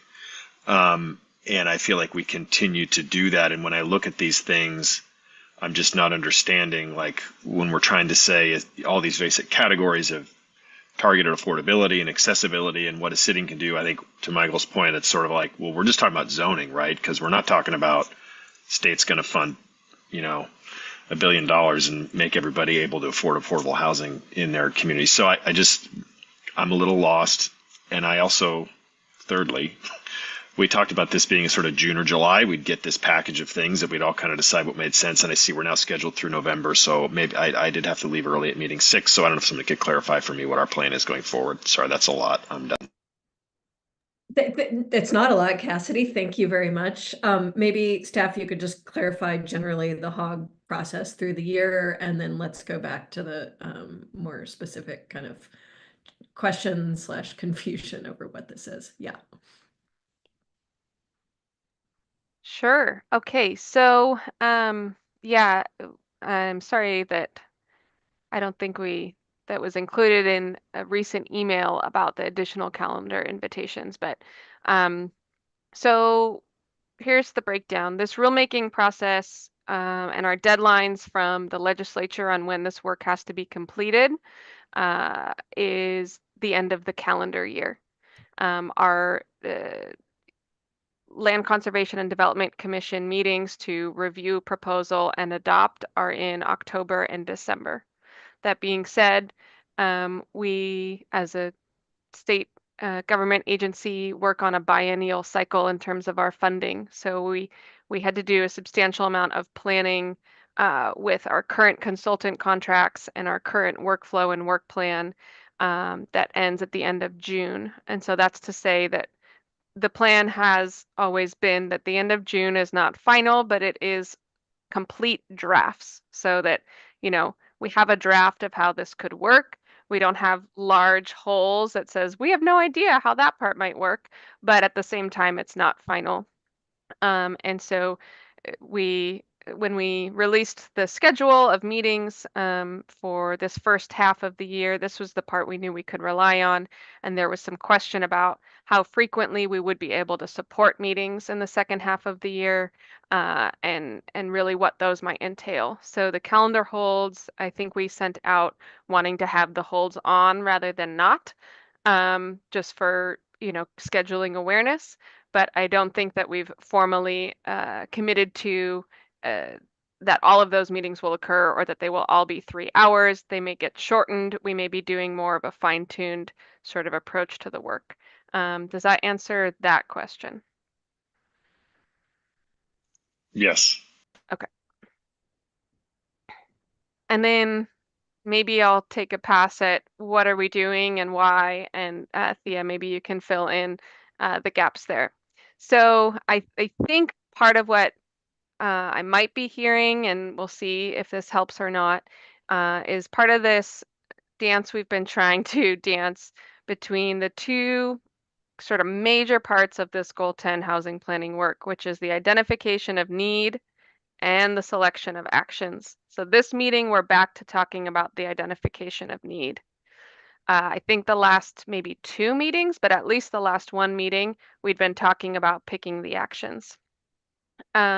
It's possible that this identification of need and sort of the level of specificity that at sometimes we hear folks do want is, emerging to be unhelpful, that level of specificity on identifying need maybe is overly complex, or we need to go with one of the simpler ways to do it. But in terms of this question about what are we going to do about it, and I'm hearing, the zoning actions and sort of zoning to allow these different housing types, those are the actions that might be taken in order to say we need these kinds of things, then what do we do? That's that action selection piece that we have also been talking about. And because they're very related, but also sort of different frames of mind, we've been separating them as we talk about them, and then eventually the work would all come together.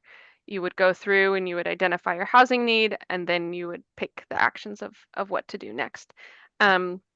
Just to name again, sort of one more point of clarification about what's in the realm of what a local government can do and what's in the realm of actions that local governments can take. you know, we do know that zoning to allow all of these types of housing, like you mentioned, Michael, and I think I heard you mention as well, Cassidy, that's a main common action that local governments can take, is to ensure that at least there's not any exclusion to this type of housing being built.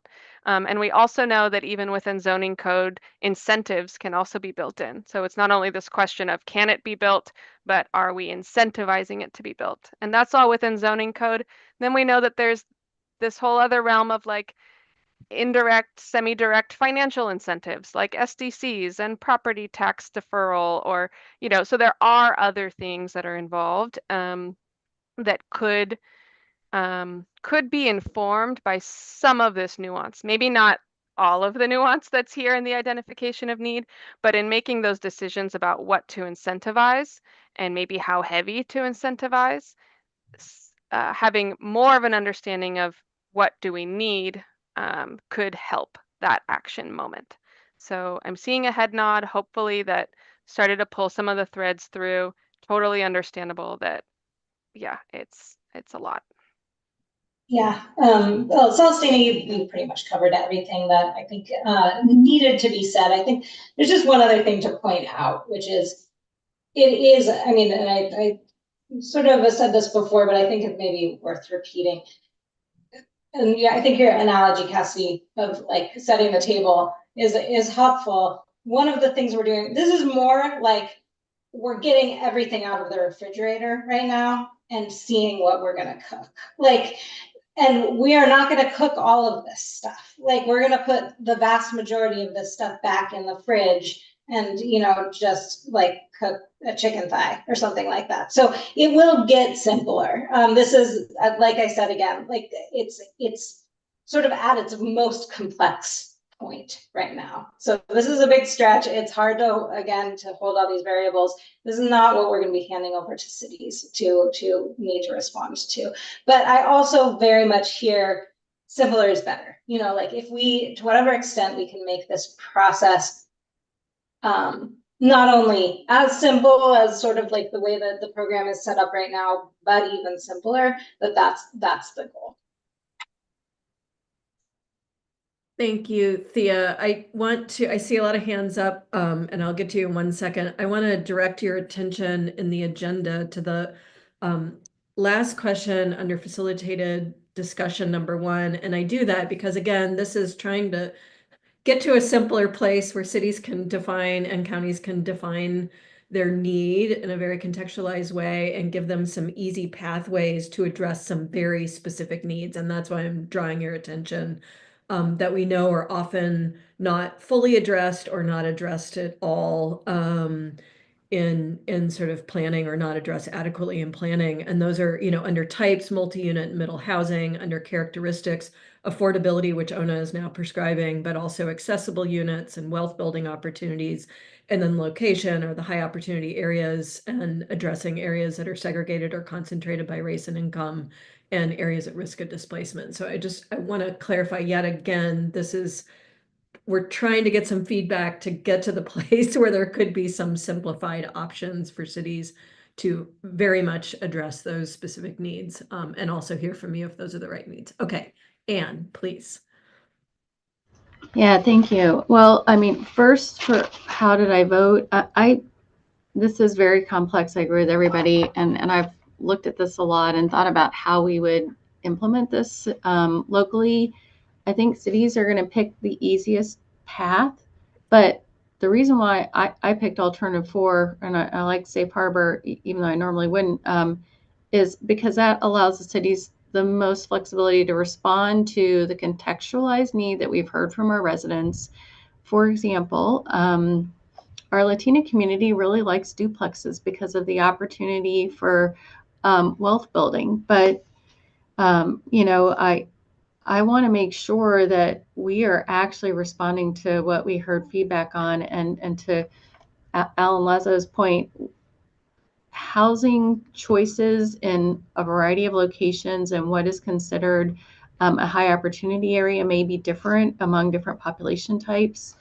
I do have some concerns about, and I'm not sure when to bring this up, but like some of the characteristics. I mean, we wanted of course, offer wealth building opportunities and also assure that we're providing housing that meets the different household sizes. But I think what we have in this, and then I know it's just potential numbers, is just really prescriptive and would be really hard to meet. And I bring up, we would love to see wealth building opportunities across all of our income brackets, but then when you pair 53% with sort of a requirement to have 80% of your units be multi-dwelling units, and we don't have condos yet in Albany, and home, the condo monthly fees are expensive. I'm just trying to, it just isn't quite matching up. Even if we were to have some level of prescriptivity, I think we need to be really careful about the characteristics and the types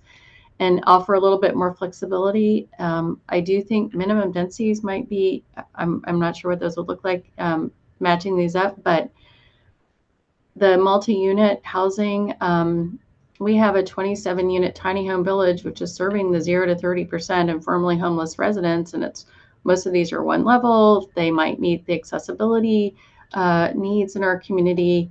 They're addressing our lowest income residents, and it's a neighborhood, but it doesn't meet the definition of multi-unit housing, for example. And then I bring up the larger household and why I asked the question, how many bedrooms? I mean, I think we can regulate bedrooms and try to get more of a mix of bedroom types within our developments. That's something we could do in the development code. But when we look at the number of people on our housing choice voucher waiting list, we have 1,000 on average, or 1,100.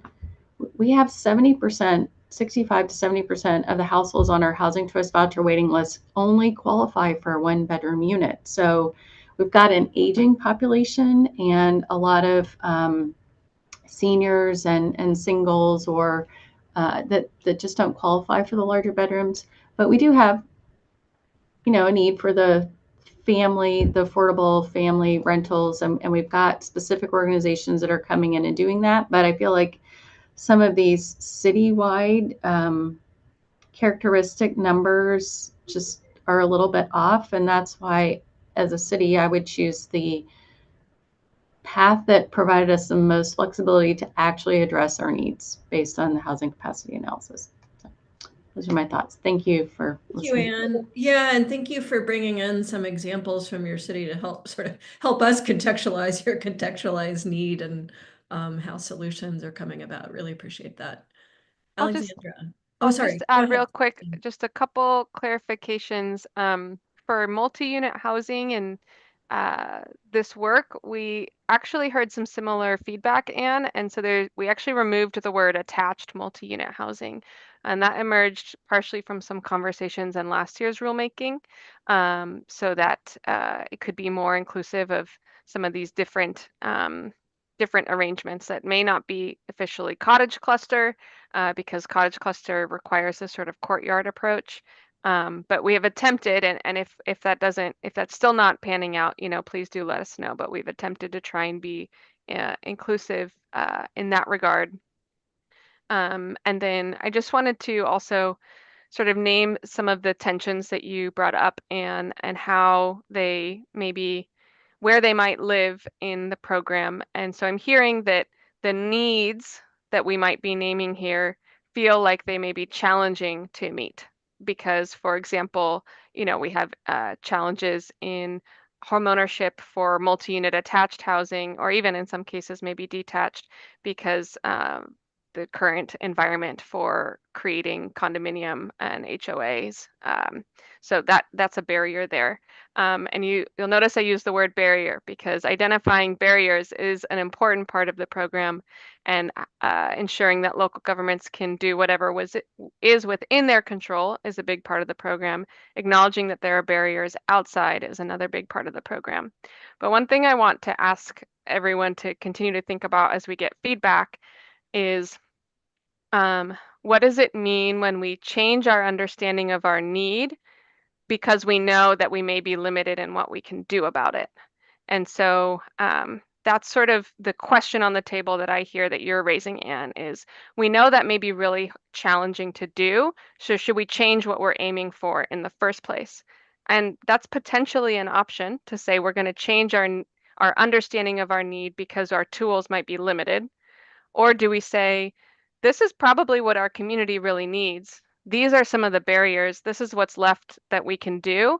And maybe as the legislature evolves or the legislative sessions evolve and the tools that we have change, maybe we'll be able to get closer and closer to that.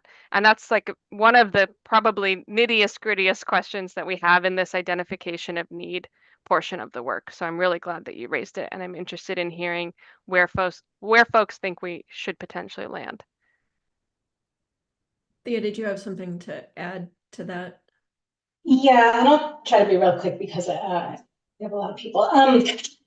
I think Cells data is exactly right, and I think what the question is here, to try to put a really fine point on it, is it, you know, we're sort of looking at, we could go through an HPS process or a contextualized housing need process where the city does, you know, their own analysis, their own discretionary analysis of their need, and, you know, comes up with a set of numbers of what, you know, what that need, you know, looks like in their community.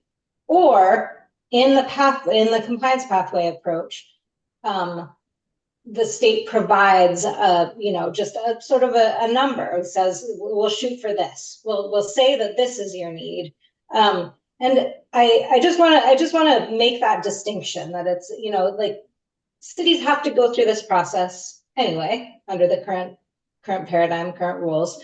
And I mean, having read several HPSs, though the numbers that are indicated in those contextualized housing need are you know, difficult to meet. So, you know, it's not, I don't think this is setting necessarily a higher standard. It's just a different way to, you know, to get to that assessment. So I just want to make sure that we remember that there's already, you know, this is off a process that cities already need to go through, just sort of through a different route. Thank you.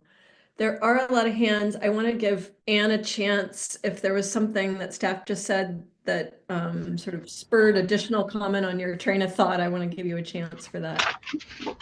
Well, I mean, I appreciate all of the additional context from staff, but I just noticed that just to get back to the multi-unit, you've got sort of the form base, and so you're tying form to multi-unit with 3 stories and sort of 40 units per development. And, you know, when we're looking at encouraging and promoting infill and like that tiny house project I was talking about, it's basically 25 units an acre. It's a small, but I know that there's thresholds to get LIHTC funding. That's one aspect of our way to provide affordable housing in our community. But anyway, I do think as a city, I mean, we do want to meet the needs, and it's nice to have some bars and some suggestions for those mixes, but I think what we have here is still so formulaic. And I forgot to mention, I like that we're in the Willamette Valley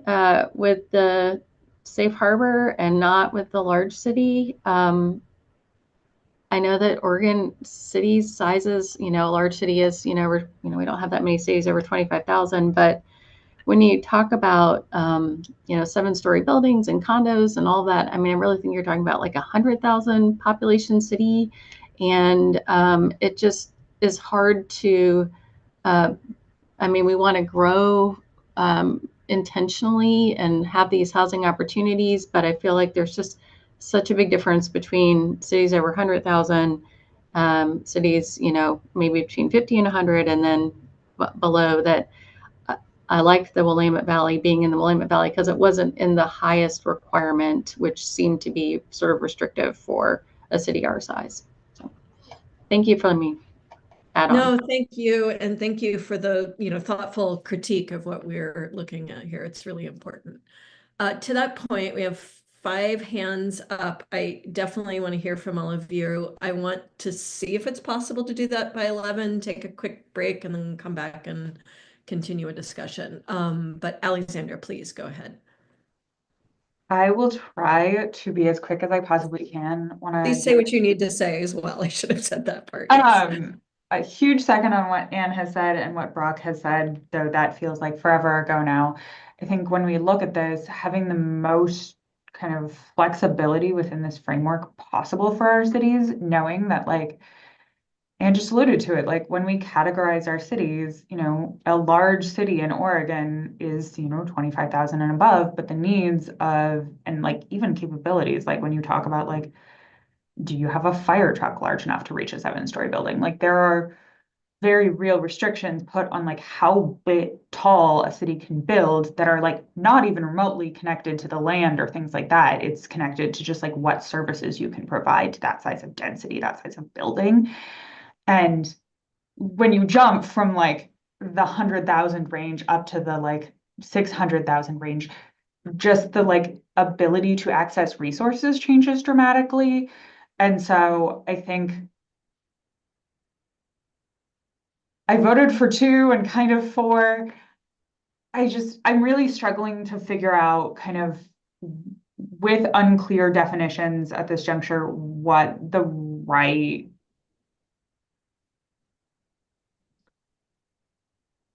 kind of one is. I think it's probably 4.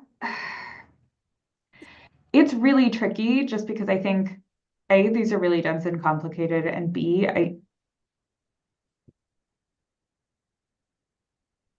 I'm having trouble separating this out from like what the end goal is, which is those actions, because we've separated them out in this conversation. But at the end of the day, the contextualized housing need analysis is going to inform the actions. So it's making it harder to like actually align those 2 things, to just completely separate that out for today. That's it. Good point. Yeah, no, thank you, Alexandra. Appreciate that. And appreciate your perspective as well. I mean, a huge part of this work is to try to find paths that make it easier for cities to comply with their contextualized housing need, and balance all these things. And I think some of what we're hearing is maybe the options presented so far aren't sounding easier. Maybe they are, maybe they're not, but they're not sounding easier right now. Okay, thank you. Brianne. Thank you. First, just thank you, staff. This is very complicated. I'm glad to hear everyone else feels that way too. Every time I read it, I have to read it like 5 times and still don't feel like I fully understand it. So I appreciate all the explanation that staff, all the work that's gone into this. I would just ditto what Anne and Alexandra said, to everything Anne said. So I won't repeat all of it, but I really appreciate Anne's perspective, and I was going to share a lot of those similar comments. And then I guess just generally, like I appreciate Thea's explanation of like everyone has to, you know, every city's going to have to identify their need, and this is giving some potential paths. But I'm personally, as a practitioner, really struggling to understand how the intersection of the need and even the actions, for that matter, of housing production strategy are going to intersect with our actual capacity, with our housing capacity analysis, with our BLI, with the Division 12 CFEC rules, and where that's telling us where we need to put housing. And so that's great. I mean, ultimately, yes, it's almost more of like a philosophical question of, should we identify our need in our wish list and at its greatest, but then not recognize we have a budget. You know, it's like going shopping, but not actually acknowledging, well, you actually can't do any of those things. So like, how much do you rein that in? And as a city, we have to. So I'm personally really, I guess, struggling with how these are all gonna come together. And then I would just say that without actually seeing the high opportunity areas, I am having a really hard time weighing in on what option I think makes sense, because it's like we're coming up with a solution, but I don't even know if those areas haven't been defined. That's really difficult. And I've looked at the map, and that didn't really help in its current form. So I think that's really hard to weigh in. Not that I want that to fully drive whether the need is the need, but how, if we're not really identifying where those high opportunity areas are yet. And no matter what option we go with, I think that there should be more of a path for cities to to supplement and identify where those high opportunity areas are. I think alternative 3 had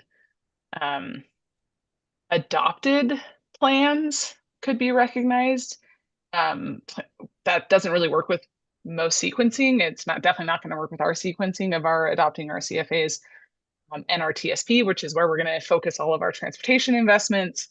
And I would hope that that would be in line with high opportunity areas. So I know we're only looking at an 8-year window, but housing takes a really long time to be built. So like what we're identifying today really isn't probably going to be built for 5 to 10 years, as much as we all want it to be built sooner. So I think we have to have that longer trajectory. And I think it would be a total miss if we're not kind of looking at it a little bit more long term. That was a lot, so thanks. That's really good. Thank you, Brianne, and thank you for also sort of bringing up the point that there is a sort of a sequence of events happening where the contextualized housing need is happening before the housing capacity analyses, BLIs, and then the action planning, and sort of where things might get tripped up in there if we're not thoughtful about that. Ethan, did you have some additional thoughts to share on that? Yeah, thanks. I appreciate all the comments because they are true. There are limitations at the local government level that would, that we are all aware of, which have, kind of landed us in this place in time with our collective housing crisis in the state. But I think the question I pose back is one that Celestina and Thea have talked about before, which is, should those limitations impact what we are, because we have those limitations, change the target that we're striving for? If the need is the need, and we have to assess what that need actually is, and the work of this particular piece of this program, the contextualized housing need, is to identify that need so that we can take those actions. Like Alexandra, to your question about like how do these blend, the contextualized housing need, the finale, like the main point of that, the output of that, and is an articulation of the types, characteristics, and locations of housing that the local government should then take actions to try to make real through their housing production strategy and their housing capacity analysis. And so if talking about that first step in the process, should we allow those limitations that do exist, capacity, resource constraints, the development patterns that exist today, should that change what we say is our collective need in our community, in our regions, in our state?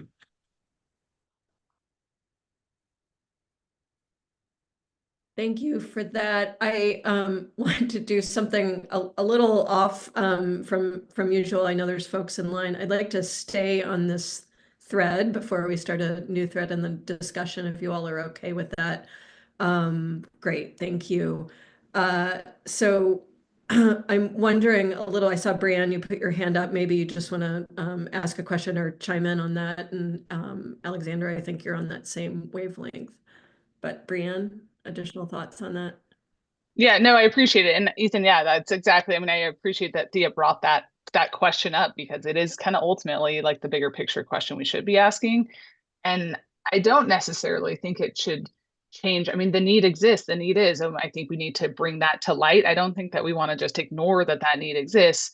I guess I'm just thinking from a city's perspective, and probably all of us, of how we address that need. I just want to make sure that it's actually integrated into all of the things that a city has to do, including where the actual capacity, and that there's flexibility for us to say, okay, well, yes, this high opportunity might not be here, but eventually this other area could be a high opportunity because there is capacity here, and we have the infrastructure already there, and there's, and it financially could actually work there, that there's enough flexibility that we're not running on these tangents of like, we identify the need and then we're going to solve it in one rule here, but a totally different rule in a different way. And I just want to make sure that there's that kind of consistency, because in a city, we don't plan with blinders. We're planning kind of for all of our different, for our infrastructure, our transportation, and our water and sewer, and our actual capacity and financial capability. And market, market reality. So I just want to make sure that there's enough flexibility that we can look at that more holistically and not just kind of in this one narrow. But yes, I mean, ultimately, yes, we should be looking at what is the need. It is what it is, and then at least it acknowledges as us to move the needle, even if it's just a little. Other thoughts along this line of how to do? Yeah, go ahead, Brock. Great. Yeah, I just want to say that hearing if this is the need, but there's barriers to it, should we change the need, is really disturbing to me. And I don't mean that in any kind of like offensive way at all, but like that is the point of what we're doing here. That is the point of the Oregon Housing Needs Analysis, is to say, okay, let's determine what our need is and let's remove barriers until we are able to meet it. I do not understand how we can go the opposite direction with that and say we have a barrier and it's, like with the example that Celestina gave for condos, right? There are various factors affecting the ability to produce condos in the state. So should we change our need because of that? No. The bill tells us to remove the barrier, whether that's state level or whether that's local. And for the cities, obviously, local is what they have control over, but we need to be removing those barriers. We don't need to be changing what our need is. The needs of the people don't change. We just need to figure out how we can make it work. And I'll tag a little piece onto that. My favorite quote that I've heard this year, and I'm thrilled that I get to use it right now, is it's time to start recognizing which side of the bread has butter on it. And what I've heard from LOC, from Albany, from Bend, from our county, every local government representative that has spoken this meeting has emphasized the need for flexibility. And I think it's really important to recognize that flexibility is the side of the bread right now that has butter on it. And I think that's where we need to go. All right, thank you. We find ourselves at a crossroads here. We're 2 hours in. I know there's a lot to discuss. There's more we also would like to discuss. I don't want to shut down the momentum we have, but I also want to acknowledge it's a lot to sit here for 2 hours and stare at a screen without a break. I'm inclined to take maybe like a 5-minute break right now, and I'm hoping you all, those of you especially with your hands up, maybe you can write down your comment or question so you don't lose track of it if we take a break right now. Is that okay, or are you all feeling offended by taking a break at this point? Okay. That makes total sense. I've please. got a doctor's appointment I need to get to, please. so I'm wondering if I could give my thing and Yes. then run away. Yes. Okay, thank you so much. very much. I'm You sorry can about that. go right ahead. Yes. From a couple things, I was to the question of like to Ethan's points. I was trying to think of what could go wrong here of like this method. One thing that could go wrong, one way this could be misinterpreted, is the idea that it might be a good thing to, let's take an extreme example, ban everything except multifamily housing. That's a way to get 80% of your homes to be multifamily, right? And that would be what it would be. Obviously, I think we would all agree that that would be a really bad idea. It would be bad for affordability. It would be bad for choice. But anyway, so like when we're looking at the math, we should think about like maybe it shouldn't be the success metric, the planning metric, I don't know, needs to be based on a percentage of a past year when you're indexing success instead of a percentage of the future year when you're hitting targets. That's one thought. Another thing about the location metric, as part of a coalition that as an enthusiastic part of a coalition that has been saying we need some location analysis in here, I wanted to thank you for the taking on the very difficult and knotty problem of location to this extent. I wanted to also pass on simultaneously the warning from my friend Andrea Pastor at Metro, who said, like, I've got lots of worries about any location metric. She's become very cynical about the usefulness of them. She wants to emphasize that they should be additive, not subtractive, like you don't want them to become, don't do this over here because it's not a high location area. And she had a bunch of specific thoughts about don't make it overcomplicated. It's very hard to like maintain a database of a location. She feels like the city of Portland can't even do it. I said maybe the state can. Maybe this is why the state needs to. But that's an important reason to keep it simple. So I'll send her thoughts to email by email, but I wanted to flag that for the group. That's all. Great. Thank you so much. Thank you, Michael. Really appreciate that. So with that, I'm gonna say let's take 5 minutes. We'll go at 11 past 11, 11:11. We'll come back together, just take a quick break. Please keep your hands up because it will continue the conversation, and then I want to redirect us to some of the specific questions and discussion number 2. Okay, 11:11. Thank you all.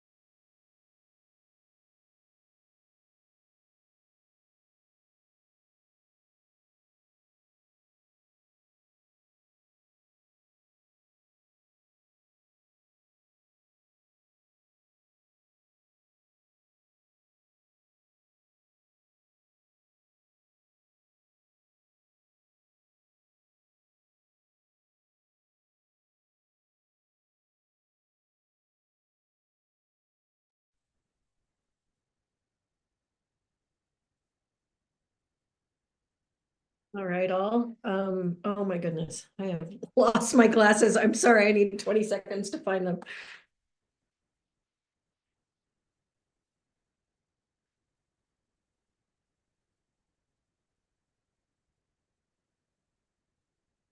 All right, we're back and now I can see who's on the screen. Hi, thank you all for the quick break. What I'd like to do is take the 5 hands that are up, continue this, and then there are some more specific questions about compliance pathways for CHN that we need to get to in discussion number 2. So I'm going to move us there after these 5. So Julia, please, thank you for your patience. Yeah, no problem. So kind of a variety of different thoughts and questions. Some based on the conversation and just some questions that I had that were popping up as I was kind of reflecting on preferred alternatives. So one of them is just a question in terms of thinking about kind of the flexibility or some of the issues that were being raised around kind of, I don't know, segmenting in maybe an overly simplified way. I was noticing with the characteristics piece that those were pretty much always referring to equity indicators. And I'm just curious if there's a way to, for that piece at least, just have those reference the city's equity indicator as opposed to segmenting them. That seems, if we're already taking the data and then trying to create an average or something regionally, why not just let the city reference their data, but kind of be giving them the guidebook of like, these are the data points that if you say these are the data points that you're responding to, then that is the methodology that we will accept as kind of the framing for like the safe harbor or the rebuttable presumption or whatever direction it goes. And then kind of just related to that in general, I too have been struggling with this since last year when we first started talking about these in the NAPTAC. And I'm still just kind of have a leaning towards preferring something similar to what I was just saying, something that's a little bit maybe more method based as opposed to prescriptive need assignment based for this, because I see so much value in the process of a city understanding what their actual needs are, even if they can't necessarily immediately respond to them. Having sat on an advisory committee for a city that was going through this process a couple years ago, it was such a wonderful process to be a part of in terms of like peeling back the layers of the onion of kind of understanding the foundational housing challenges in that community. And so I just really hesitate at removing that. Like the process in itself, I feel like has almost as much value as the outcome. And so again, I'm kind of just wondering if there's a way to kind of take a step back and do this in more of a like, here are the data points, here are the sources, here's the math or whatever, and kind of like hand that to cities as the safe harbor or something like that. And then if they want to go above and beyond or do something different, or if we still want to layer in qualitative pieces, and that's there. But I'm just really struggling with kind of the outputs part of this. And then I also just wanted to echo Michael's note, going back to if we do want to kind of do like a more of a, this is, you know, kind of your needs percentage safe harbor type thing. Looking at how does this adjust over time? So how can a city continuously reference these safe harbors or tools? And so I think, yeah, percentage change or a reflection of like past and looking forward maybe makes a little bit more sense in terms of allowing a city to continuously improve instead of it being a static like 80% of your zoning. Because then if a city hits that, then that's it for the next time. So I think that's everything I'd been queuing up for the last few minutes. Thanks. Could I ask a quick clarifying question, Julia? When you say like emphasizing process and sort of naming these numbers or data points, but still requiring sort of a local step, like a local analytical step in process, and that should be or could be the safe harbor. What it sounds to me is almost more like guidance, because I'm just having trouble seeing how that could be implemented as a safe harbor from like a reviewer standpoint. And I'm wondering if how that sounds to you and how that lands based on your suggestion. I mean, I think it depends. For example, I could see like I feel like the characteristic options that you've laid out are actually really close to kind of what I'm describing, except that again, I would maybe say let's let the city look at their own equity indicator as opposed to a regionalized or a segmented one. And so with that, you're basically saying, hey, if you want to look at whatever again, this may or may not be the right metric, but just to use the example you've given, the number of individuals with ambulatory needs, and that is how you then extract the percentage of accessible homes that you need. To me, that is still something that could be in rules as a safe harbor. But it's more about the process of doing the math as opposed to just prescribing it. And maybe it gives a little, again, some more wiggle room in terms of, again, adding in the components of that qualitative analysis as well that is referenced throughout. How that applies to the other ones, I haven't really thought about it as much. So, but yeah, I could kind of see it living in both realms there a little bit. And then I just wanted to add one nugget for contemplation for others as well, or if you end up following up, Julia, about the consideration of naming just a local government's equity indicator versus a regional or jurisdiction size. And it's sort of the same question about how to distribute housing need.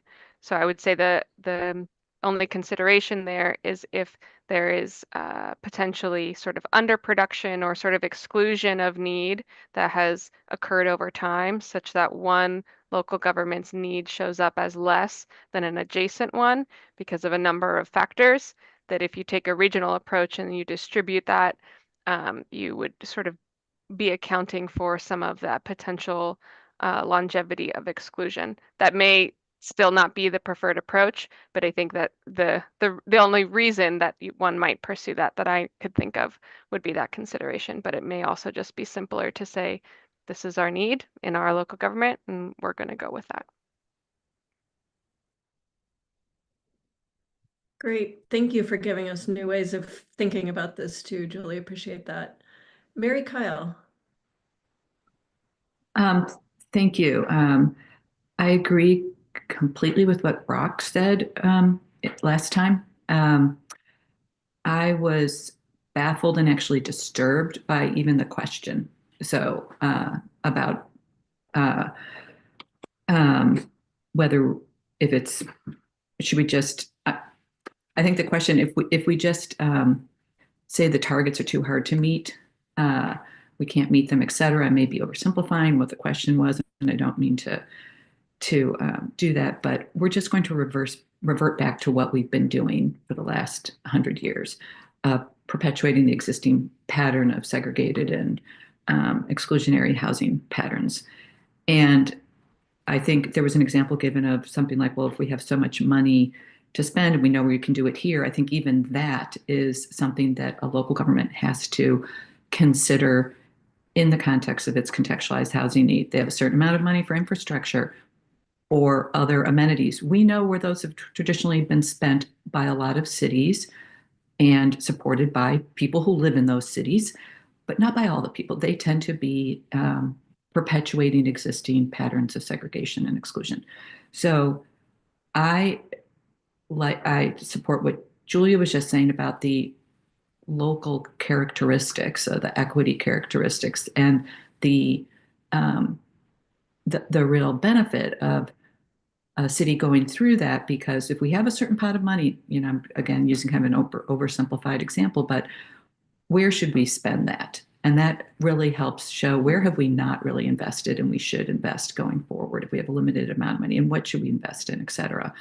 So I think I agree with the idea of using the equity indicators for the characteristics on a city level. At the same time, I think there's some other things that we can be more simple of. So we were not going to hit the targets, but we should do the best we can. And it's an iterative process, and we're going to learn from cities, each other over time, what's working, what's not working. So to the question that I think Brianne raised earlier, maybe, or maybe it was Anne, about CFAs and CFEC, or it was Alan, I don't know, all of them. I think there's so much overlap, or there should be so much overlap in the MPO areas between CFAs and CFECs. The definition of CFAs is almost exactly the areas of opportunity. Overlap between CFAs and areas of opportunity. CFAs are mixed use, walkable, transit friendly, et cetera, et cetera. They may not have as much of the affordability issue and some other characteristics, but there's a safe harbor lurking there between between CFAs and areas of opportunity, that we should be doing the same planning for and integrating what's missing. What's out of the 90% that, or the 10% that isn't in that Venn diagram, what's missing?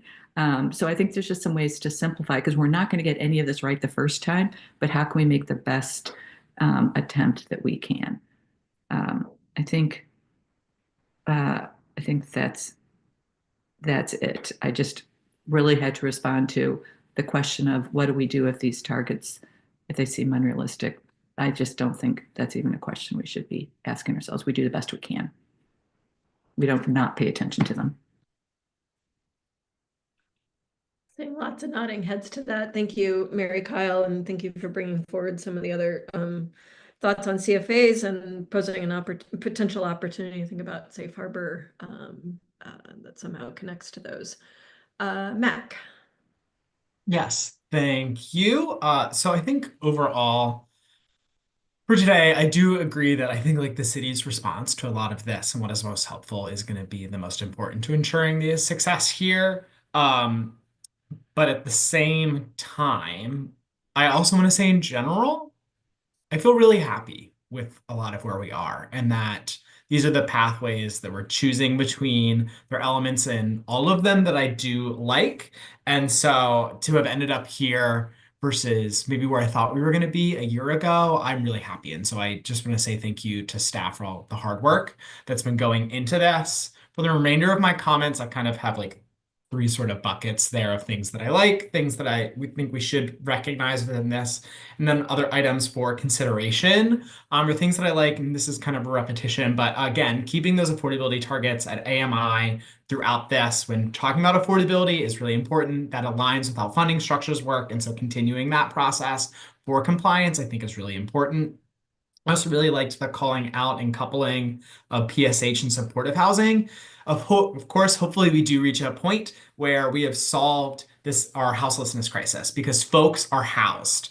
But we do still need to recognize, of course, that there's still going to be folks, even once housed, and we've gotten through this momentary crisis, they're still going to need support. And so having those together, I think, was really important. And I thank you for that recognition. I also thank you for trying to tackle location. It is really tricky and hard in how to try to locate more opportunities in high opportunity areas.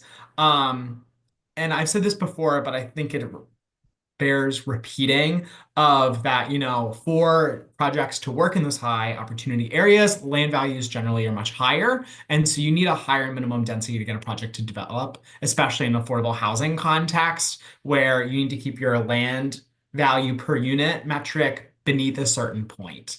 And at the same time, also wanting to recognize, and I think the rules are getting there, but that folks shouldn't have to leave their community to have access to affordable housing.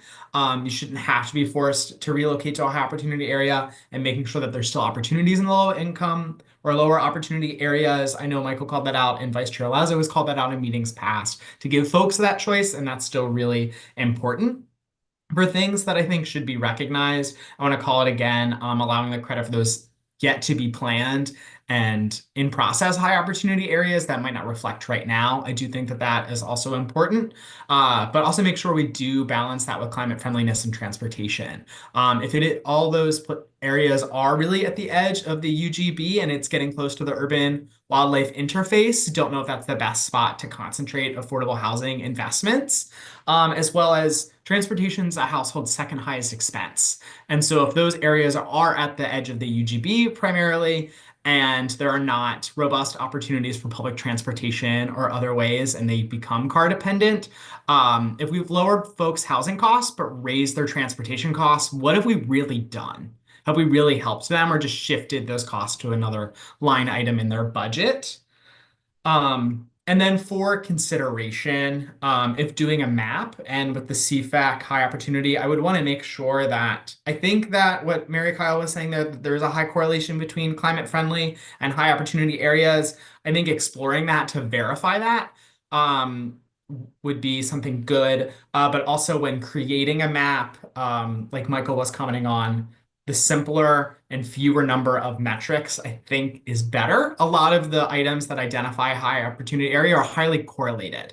And so how redundant do we need to be in some of those to do that? And I think the simpler amount of metrics we can have can make it easier to make sure that is able to be maintained over time.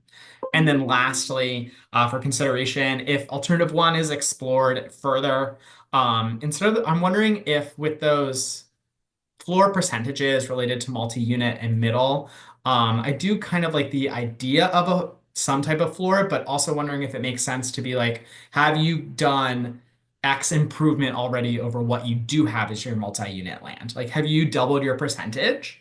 What have you, that could also be an opportunity for a safe harbor, and recognizing that a jurisdiction is, able to have that easily predictable because they should have that information from the previous housing capacity analysis, from the previous cycles that they've done for this work, but also allows it to continue to grow over time, if that makes sense.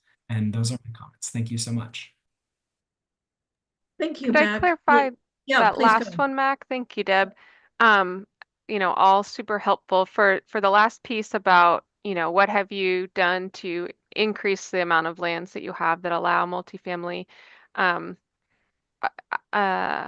thinking that you're meaning that as an action that a city might take to respond to saying we have this need, but I want to track if that's the case, or if you're saying that assessment should inform the need. Yeah, so with that, let me look at it again right in front of me right now. So within that housing type mix standards by region, that's there in the 40% multi-unit and metro counties are greater than 20% middle. Thinking within that to be in compliance and achieve a safe harbor for that, if we pursue alternative 1 for this, for the affordability metric or what have you, that I do think a floor is useful, but like say you a couple cycles ago already did a 40% in metro unit and you're still having trouble, there is the accountability process. And I know that is separate from this, but having it so you could still do more to raise that bar. Sorry, I had my thought in how this was coherent and I'm losing it. Can I follow up later about that? Okay, great. Thank you. And yeah, I think there's also a possibility that you could have at least this or blank, if that blank is a higher number. So I think there's sort of a logic that could be done. But yeah, if you have more thoughts in the future, we'd love to hear it. Yeah, absolutely. And I think that's kind of where I'm getting at, like a floor or version. Like I wouldn't want a jurisdiction to get a safe harbor for mix if they go from 5% of their lands being multi-unit to 10%. That is a big step for that jurisdiction, but I think a floor of a safe harbor should still be higher. But once you've hit that floor, you could do more to still achieve it. Yeah, thanks. Thank you for the clarification as well. Alexandra, please go ahead. Yeah, want to be so abundantly clear to start off, like none of city's comments are about ignoring the need. It's about making sure that as we're talking about how we analyze the need and how we quantify it, that we are aligning it with other things like CFAC, that we're aligning it with, other definitions that we're using in other places to ensure that what we're coming out with is actually, usable for the next step, which is what actions can we take? And not to say that, every action is actually going to be on the table, because to be so abundantly clear, no one has the money to really fully address the need right now. We can eat a little bit at the edges and we can try to find a new solution, but state doesn't have the money, cities don't have the money. We're all trying to figure it out. But making sure that the data that we come out with and where we want to go have at least some level of alignment. and that, we are not creating additional barriers for ourselves by basing our data solely around, like, say, areas of opportunity, instead of including kind of a more flexible approach that allows us to just combine resources a little bit more on the other end. And that's all I got right now. All right, thank you. Keep thinking about the whole picture and where this is headed as need is being defined. Anne, please. Yeah, thank you. And Alexandra said a couple of things I was going to say. I mean, I don't think cities look at, oh, we have these limitations and this is the only way we're looking at need. I look at, here's our need. This is what our housing capacity analysis told us is our need. And here's what we need to do to address the need. We don't look at our limitations first. And flexibility does not mean inaction. I just want you guys to realize flexibility doesn't mean inaction. We're just trying to, our capacity analysis, our public engagement has said that we need these kinds of housing. Our data is showing this, type and mix characteristics.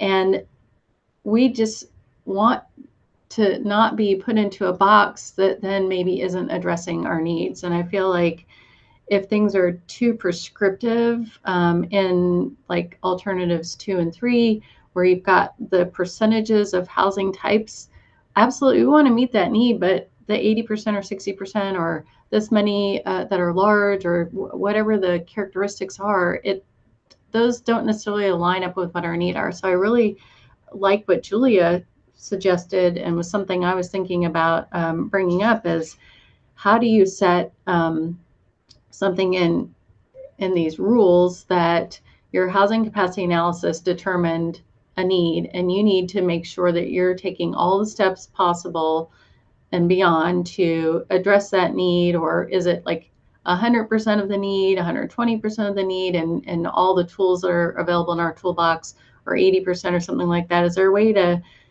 tie the minimums or the rebuttable or the safe harbors to percentages in that housing capacity analysis? I mean, it might be a little bit complicating, but I think it's a lot better than having a matrix, especially when there's so little diversity between cities under 25,000 and cities over 25,000. I mean, in the formulas, at least, that's my concern, is just that the types and the characteristics aren't going to match up with what our housing capacity analysis said we needed. And that's where my concern is, because we do want to take action and make a difference. So. Thank you. Just to restate, what I'm hearing you say is you're concerned that some of the alternatives presented, especially when they come down to unit counts of some sort, could be fully or partially mismatched with your actual need if you were to do a contextualized housing need, and that has implications for what you're planning for. Yeah, okay, great. Thank you. Appreciate you saying that out loud and helping us understand that further. Brock, please go ahead. Yeah, a couple, and I'll try to be quick on each of them. One, thank you for including the home ownership objective kind of throughout in these alternatives. The one thing I would note on it, and kind of tying it back to the comment that Michael kind of kicked off and a lot of other people have reiterated, I know the targets initially in that were, okay, here's what the current home ownership rate is, right? And let's project that forward. But again, that's going to perpetuate those inequities. And specifically, that is going to perpetuate racial and economic inequities, right? Because we know that that's what the problems are now. And so if we don't plan for something better, if we don't strive for something better, we're not going to get something better. But again, thank you for making sure that it's being considered. The other thing I would say, having been involved in DLCD rulemaking for basically 4 years straight now, I have not sat through a single meeting where we have had this much stakeholder agreement. I mean, from private market to affordable developers to cities to, our environmental groups, like everybody seems to be kind of on the same page here. And I really look forward to seeing how that translates into kind of the next product or the next stage of development of it. So on a positive note, Thank you. And I'm so glad to see that we're all more or less in a general set of consensus here.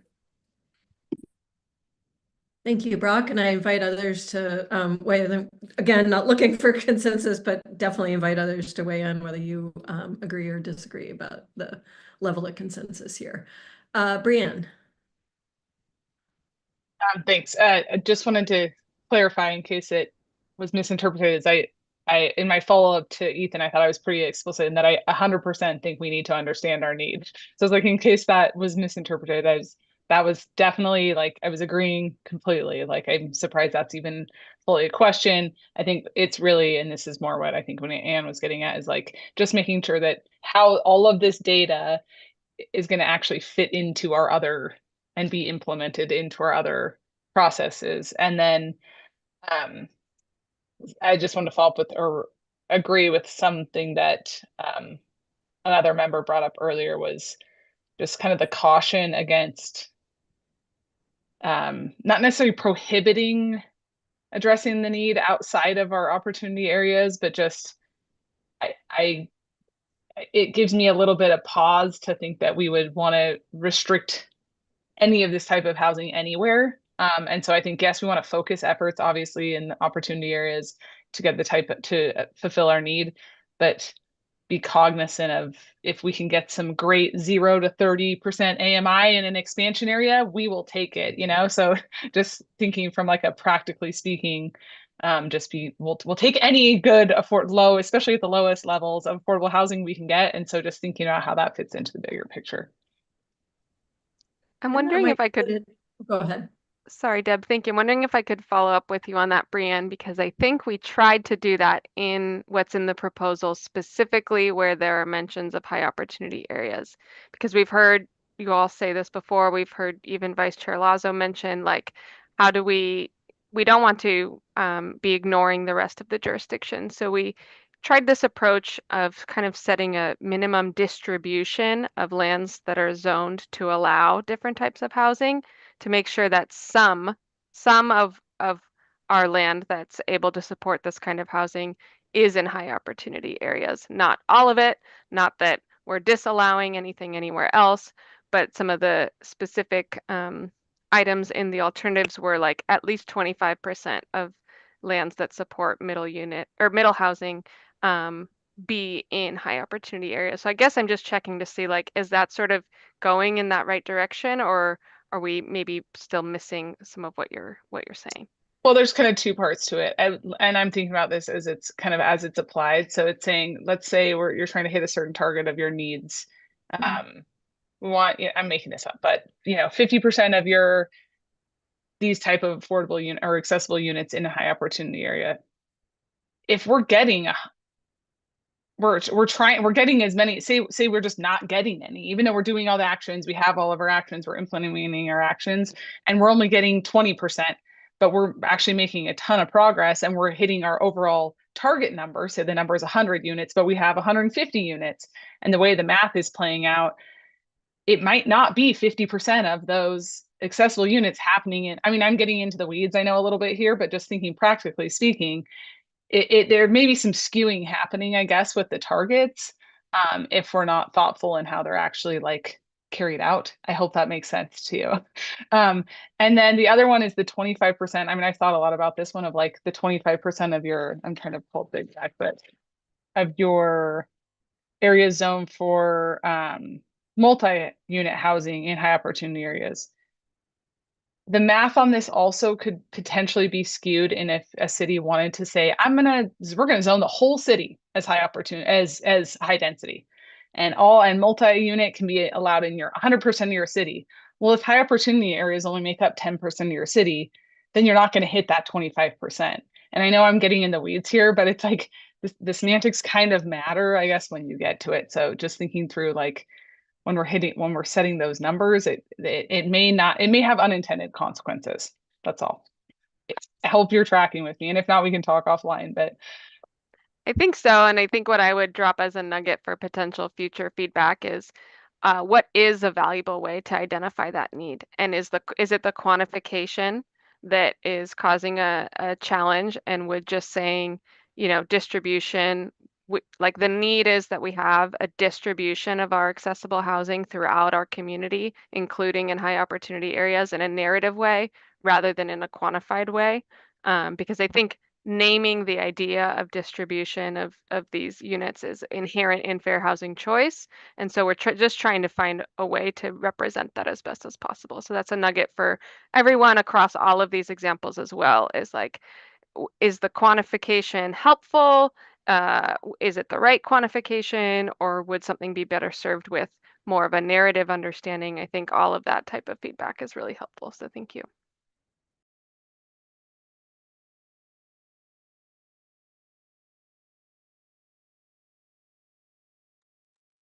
You're on Deb, mute, you're Deb. still on mute. Sorry, I've been over here coughing. I put myself on mute. Alan Lazo, please go ahead. Thanks. And I think this is really as a follow-up to what Celestina and Brianna were just talking about. But I'm going to ask it more directly. I think for folks that have said that there seems to be some agreement about what's needed, my question is it not represented in the 4 alternatives that we see here in front of us today? And maybe that's the next conversation we're headed to. But do these not offer the flexibility? And as Celestina just said, maybe it's the hard percentages there that are not providing enough flexibility for folks. So I'm curious if staff hasn't offered something that in these 4 that meet what folks seem to be desiring, or as Brock said, that seem to be some agreement about.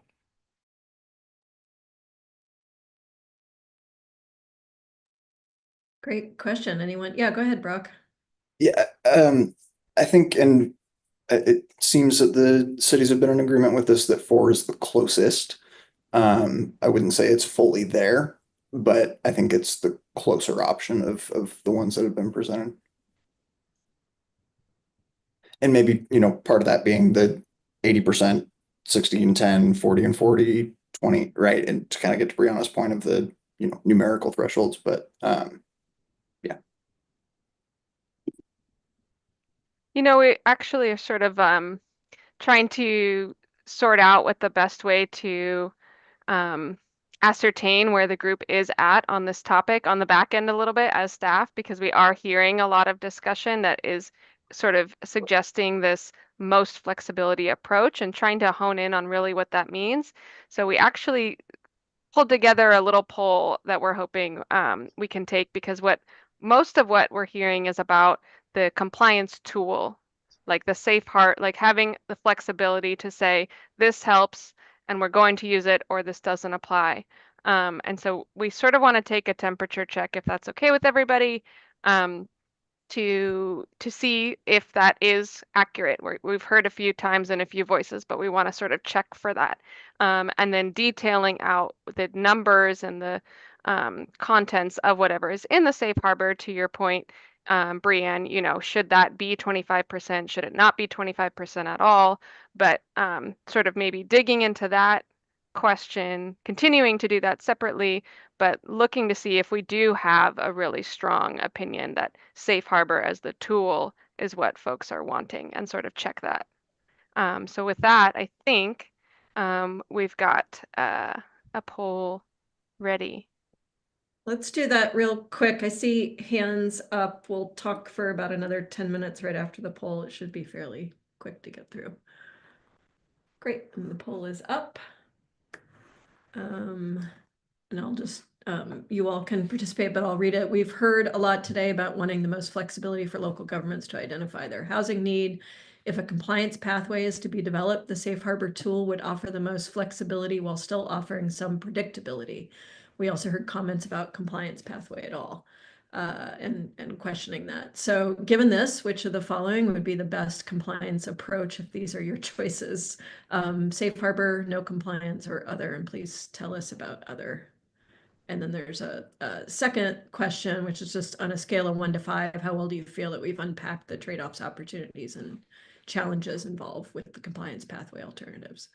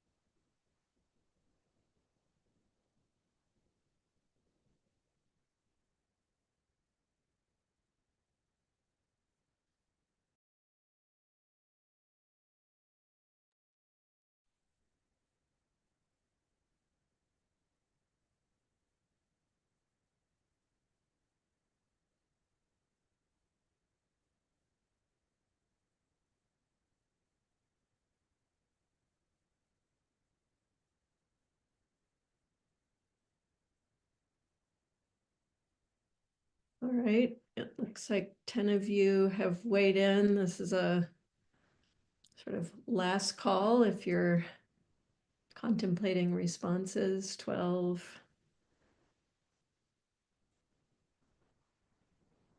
All right, we can go ahead and end the poll, please. I think I can do that actually. And I'll share the results here. So some inclinations towards safe harbor, or no compliance pathway, and then other, and I guess I'll ask if any of the hosts of this poll are able to read the other questions at this point, or will we have to wait till after the meeting? We will look into that momentarily, Deb. Okay, all right. And maybe I suppose we could ask you all who weighed in with other what some of your thoughts are on that. So seeing, you know, of the 13 who responded, sort of roughly-ish half leaning toward safe harbor, about a quarter leaning toward no compliance pathway, just guidance only with base rules, and then others another third or so. And then 5 of you weighed in on the second question about how well we unpacked. Of those 5, like fairly middle to decent-ish on unpacking all of the issues around this. I can appreciate that. So I'm going to stop sharing and give us a few more minutes. There are still many hands up I don't want to miss as well, and more unpacking. I will, a couple of things. We're happy to share the results of this sort of, you know, quick, these are not scientific polls, just to be clear, but we're happy to share the results afterward. I think that's something we can download and share with you all. And the comments therein will, I'm sure we'll have in the record. And then, yeah, and Celestina said it might take a few minutes, so that's fine. We'll deal with that afterward. And I just wanted to just sort of say out loud, we had a lot of questions on the agenda. I've been reviewing them. We have, through this more organic discussion, covered most of the agenda topics. We're happy to circle back with you all afterward, or I'm happy to one-on-one if you need to, if there's some specific questions that we didn't get to, but we are getting to that point where we need to take the hands we have and then think about moving into wrapping up. So I'm gonna go there. Alan, please. So I'm going to kind of frame my thoughts here, having worked in a long range and strategic planning unit at BPS, but I do not represent the city. So I think it's important to kind of distinguish that. I have leaned towards safe harbors and am warming up to the idea of exploring rebuttable presumptions, or a narrow rebuttable presumption kind of approach. And I think it's interesting to think about that, because these alternatives help me kind of get there a little bit more. But what I'd like to kind of frame here is the importance of flexibility for the cities with respect to the innovation that's happening on the land use and strategic planning side.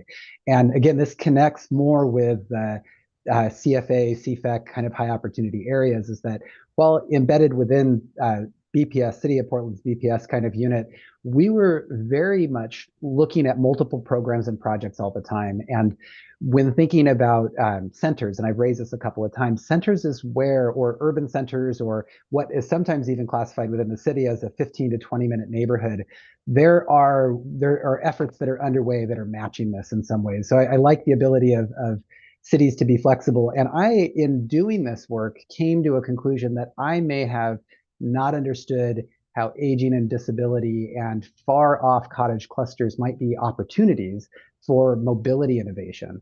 And so while it's great to embed, you know, folks in that Center for Neighborhood Association kind of housing plus transportation mode, we are seeing more innovations on microtransit, on, you know, alternative transportation types that might allow, when thought of strategically and well planned, slightly further off cottage clusters or other middle housing types. And so I still, in my heart of hearts, would love to see multifamily, accessible, affordable housing placed in the best areas in our cities, because that's where the highest need is for our population. But I just wanted to say that this work is ever evolving in cities, and that there are new ideas, new projects, new council-backed ideas that are kind of coming into play. And so the city of Portland and probably larger cities are doing a little bit different type of strategic planning and constantly evolving with that. And then the last thing that I want to throw out here is that we collectively as a state need to have big minds put toward the idea of accessible housing data collection and data analysis. And so during the OHCS, kind of equity indicator kind of rounds, it felt superficial and that we never dug deeply into what those indicators, what those data points were.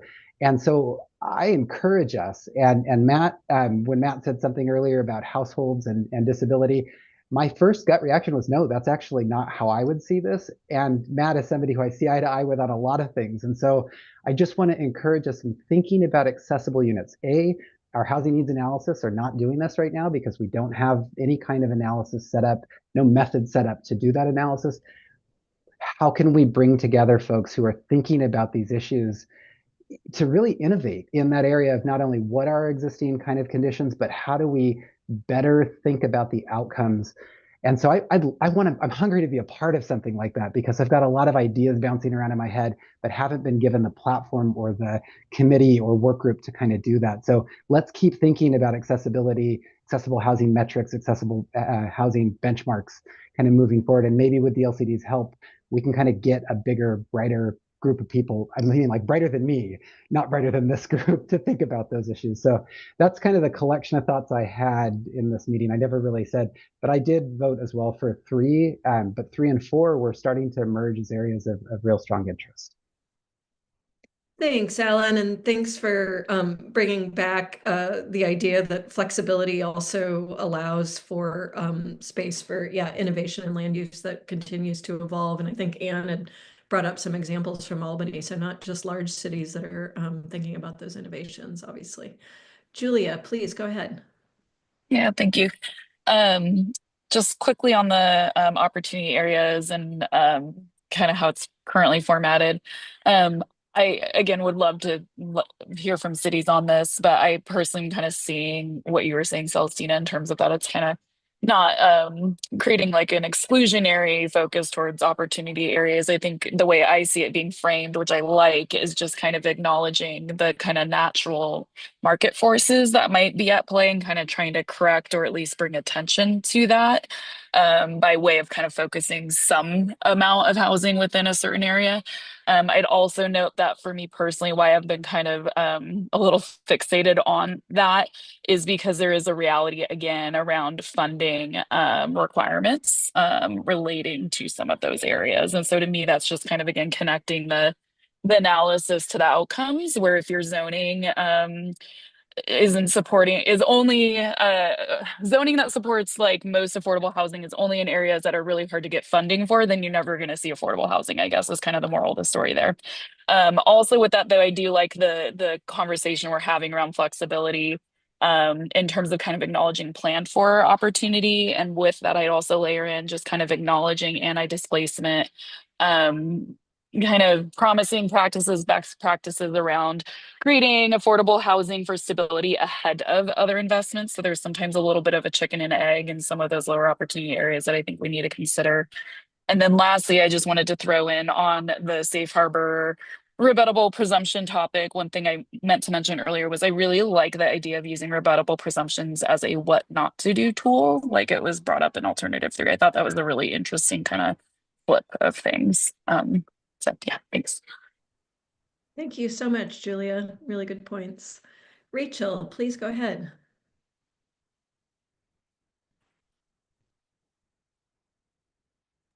Sorry, I'm having a really hard time taking myself off of mute. I just wanted to reiterate the importance of flexibility, not just from the city's perspective, but from the lender perspective. For example, right now, it's really hard to get any loans approved for, I mean, I can only speak to affordable housing because that's what I work in, but for any affordable housing, it's pretty hard to get any lending through in this market condition.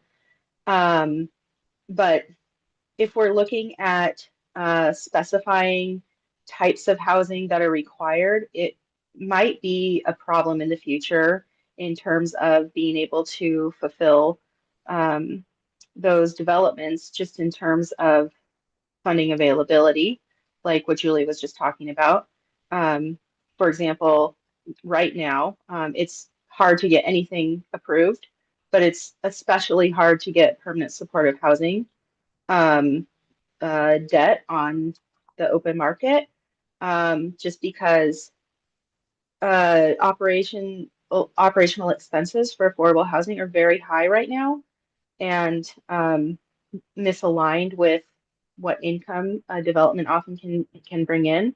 And as we understand more and more about permanent supportive housing and how it actually operates, those operating expenses are significantly higher and even more misaligned in a lot of cases. So I just really am hesitant to be supportive of anything that prescribes any specific percentage or anything that could actually accidentally, unintentionally hinder development of other types of affordable housing. Of course, I support TSH. I support developing all the types of affordable housing. I just think realistically, if we're working with, in a public-private partnership, like we have to look at what is realistic and what is available. Thank you, Rachel, for bringing in the room the many actors it takes to get housing produced, and especially so with affordable housing and housing for folks of the lowest incomes and the most need. Matt, I am going to ask you to be brief, and Anne, I think we're going to run out of time because we need to wrap up and do some next steps, but we can follow up on that maybe afterwards. So Matt, please go ahead. Yeah, I'll try to be really quick. One thing I would note, I do like how you address different percentages of AMIs and the different alternatives.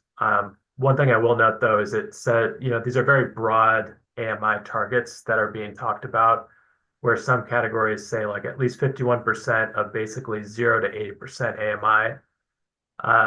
And I'm hoping that if we move that direction with certain percentages that we break that down a little bit more.